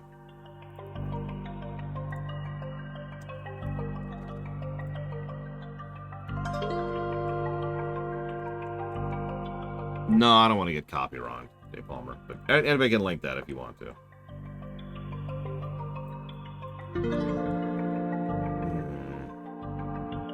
It's okay, it's only 30 seconds. And it's terrible. Yeah, how many of you... We all make fun of 90s and the Tood. How many of you remember how much the adverts were leaning into the Tood? And of course, Tood at the time meant being rude. Smelling bad. Also being gross in general, while we're on the subject. I think that was kind of it from the kid's perspective. But then when you got into the adult perspective, then you added on to it boobs and blood. And there you go. There's 90s ads in a nutshell. I mean, even FF6 had what I would call a bad ad. You remember that? Mog. Except Mog kind of talks like this. You know, that was... Actually, that's the wrong accent. That's a completely different accent. But I can't do Boston, so what do you want from me?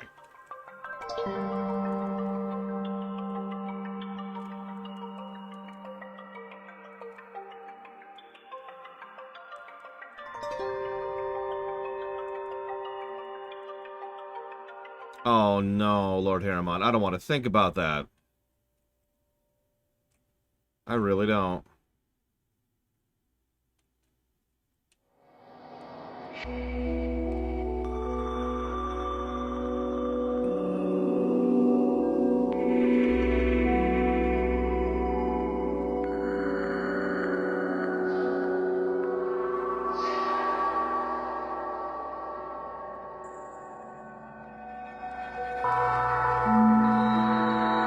Replayability?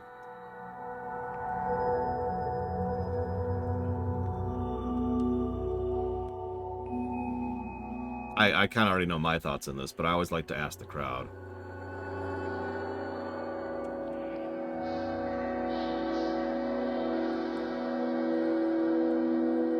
Oh god, the Spike TV ads. Look, nobody ever watched the old MLP show, okay? Except for all the people who did. Including me. Although, all my memories of it are all the horrifying episodes. You know, the ones where, like, they turn ponies into stone and use the bricks to build castles with them. Like, really horrifying stuff. That's all I remember about the old My Little Pony. Gen 2 or whatever that is.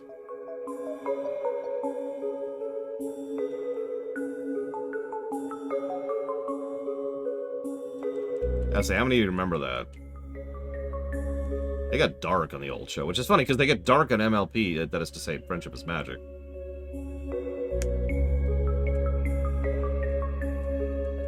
Honestly, I think that's it. There's several things I could ding this game for. I've decided not to because I don't think it does them badly enough to ding, like lighting design or visual distinction. So we're just gonna let those pass.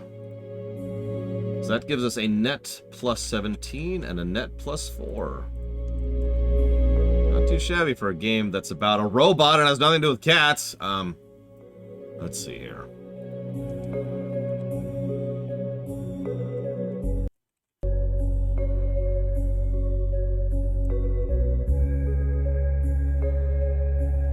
Yeah, robot. They should have called this Robot. That's just the name of the game.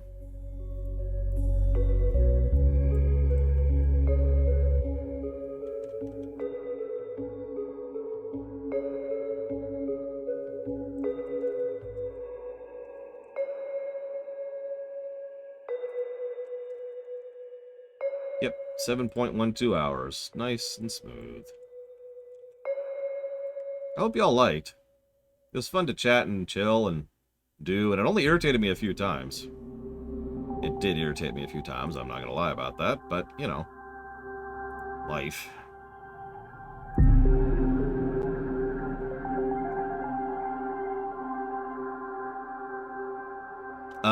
No, Wenlock.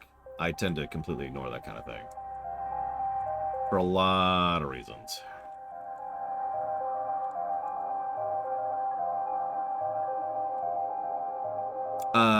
Did we end up giving... I'm pretty sure we ended up giving a plus for cute. We did. We did. But you didn't even notice, Savacom. I'm very sad.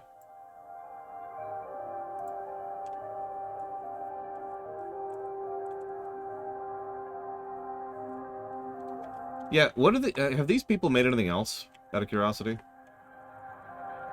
Studio, I mean.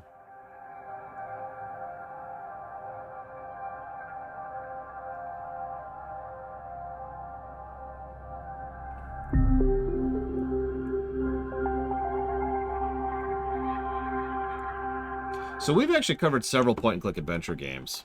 So this will be interesting to compare alongside them. Give me a minute to type up some stuff really quick here.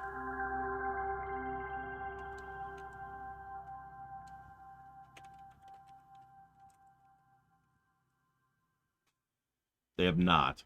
Pity. Still, they made tons of money. Someone noticed. It's not like they ever need to make another game again. I mean, come on. 3.7 million just on Steam.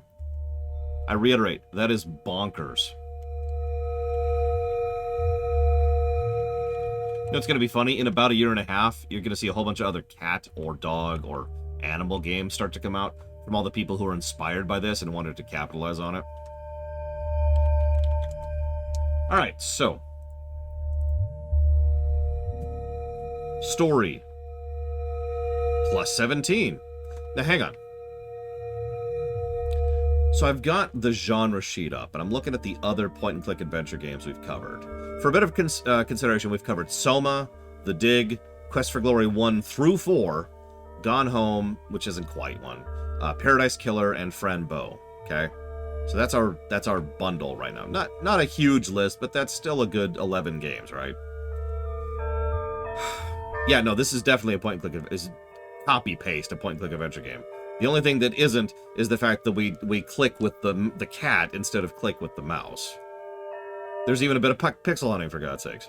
This is not a platformer. This has nothing to do with a platformer. I can't even begin to explain how much this is not a platformer. You pointing at something and hitting the space bar is not a platformer, you know what I mean? Anyways, so this game got plus 17 to story. If we look just at the story axis, that puts it as the most story positives we've ever given in one of these games. Number 2 was for Quest for Glory 4, which was pretty good. And after that, we had Soma. Story density, once again, very high. It's a short game, and it has a lot of story positives. It also has a 100% ratio. Gameplay. Would you believe this is the most gameplay positives we've ever given a point-and-click adventure game with 4?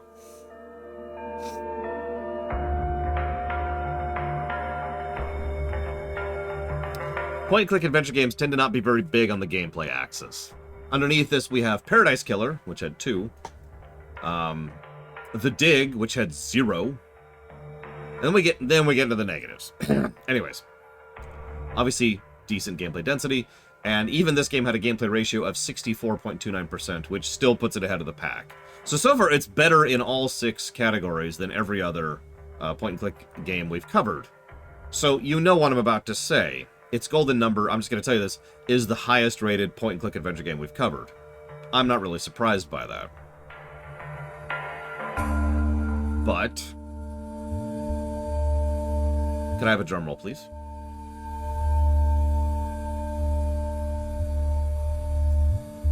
The golden number is... Let's see, who came closest?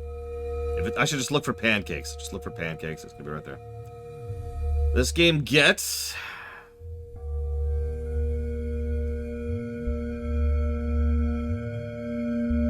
$59.53. A good game. An averagely good game. Which I stand by. Most chill games don't really rate very high, but they don't really need to. That's not the point. That's not the point of a chill game, right? I know that's going to sound strange, but if a chill game scored higher, it's probably not a chill game at that point. You know what I mean? No, that's a good score. That's a damn good score. I mean, I know we just scored a game in the 500s, so that might not seem like a good score, but no, that's a good score. Anything above 0 is a good score. We've talked about this. That's how the system is designed. But honestly, anything above, I'd say about 40, is still what I would call a legitimately good score. I think Pancakes did win, by the way. I actually need to do a little math here. I'm just going to pull out the calculator to make this easy. Jesus, Pancakes. This is becoming a meme. Oh, yeah. By the way, Hazardous Materials won the GTA 5 score by virtue of having guessed the highest out of everyone, and he still guessed like 100 below what it actually was. Anyways, yeah, no, it is Pancakes. It is Pancakes. Yeah, even the music can't deal with that. You know, that's a good point. GTA does not let you play a cat. Although GTA does have cats, which you can both shoot and run over. I know that because I did it on accident during the run, and I felt really bad about it. Anyways, so... Pancakes. Going towards Lords of Magic. SE. Yeah, Pancakes, we need to have a talk, okay? So, when you have time state powers, you can't make it too obvious, okay? If everybody can tell you're cheating at the lottery, then you're not really cheating at the lottery, right?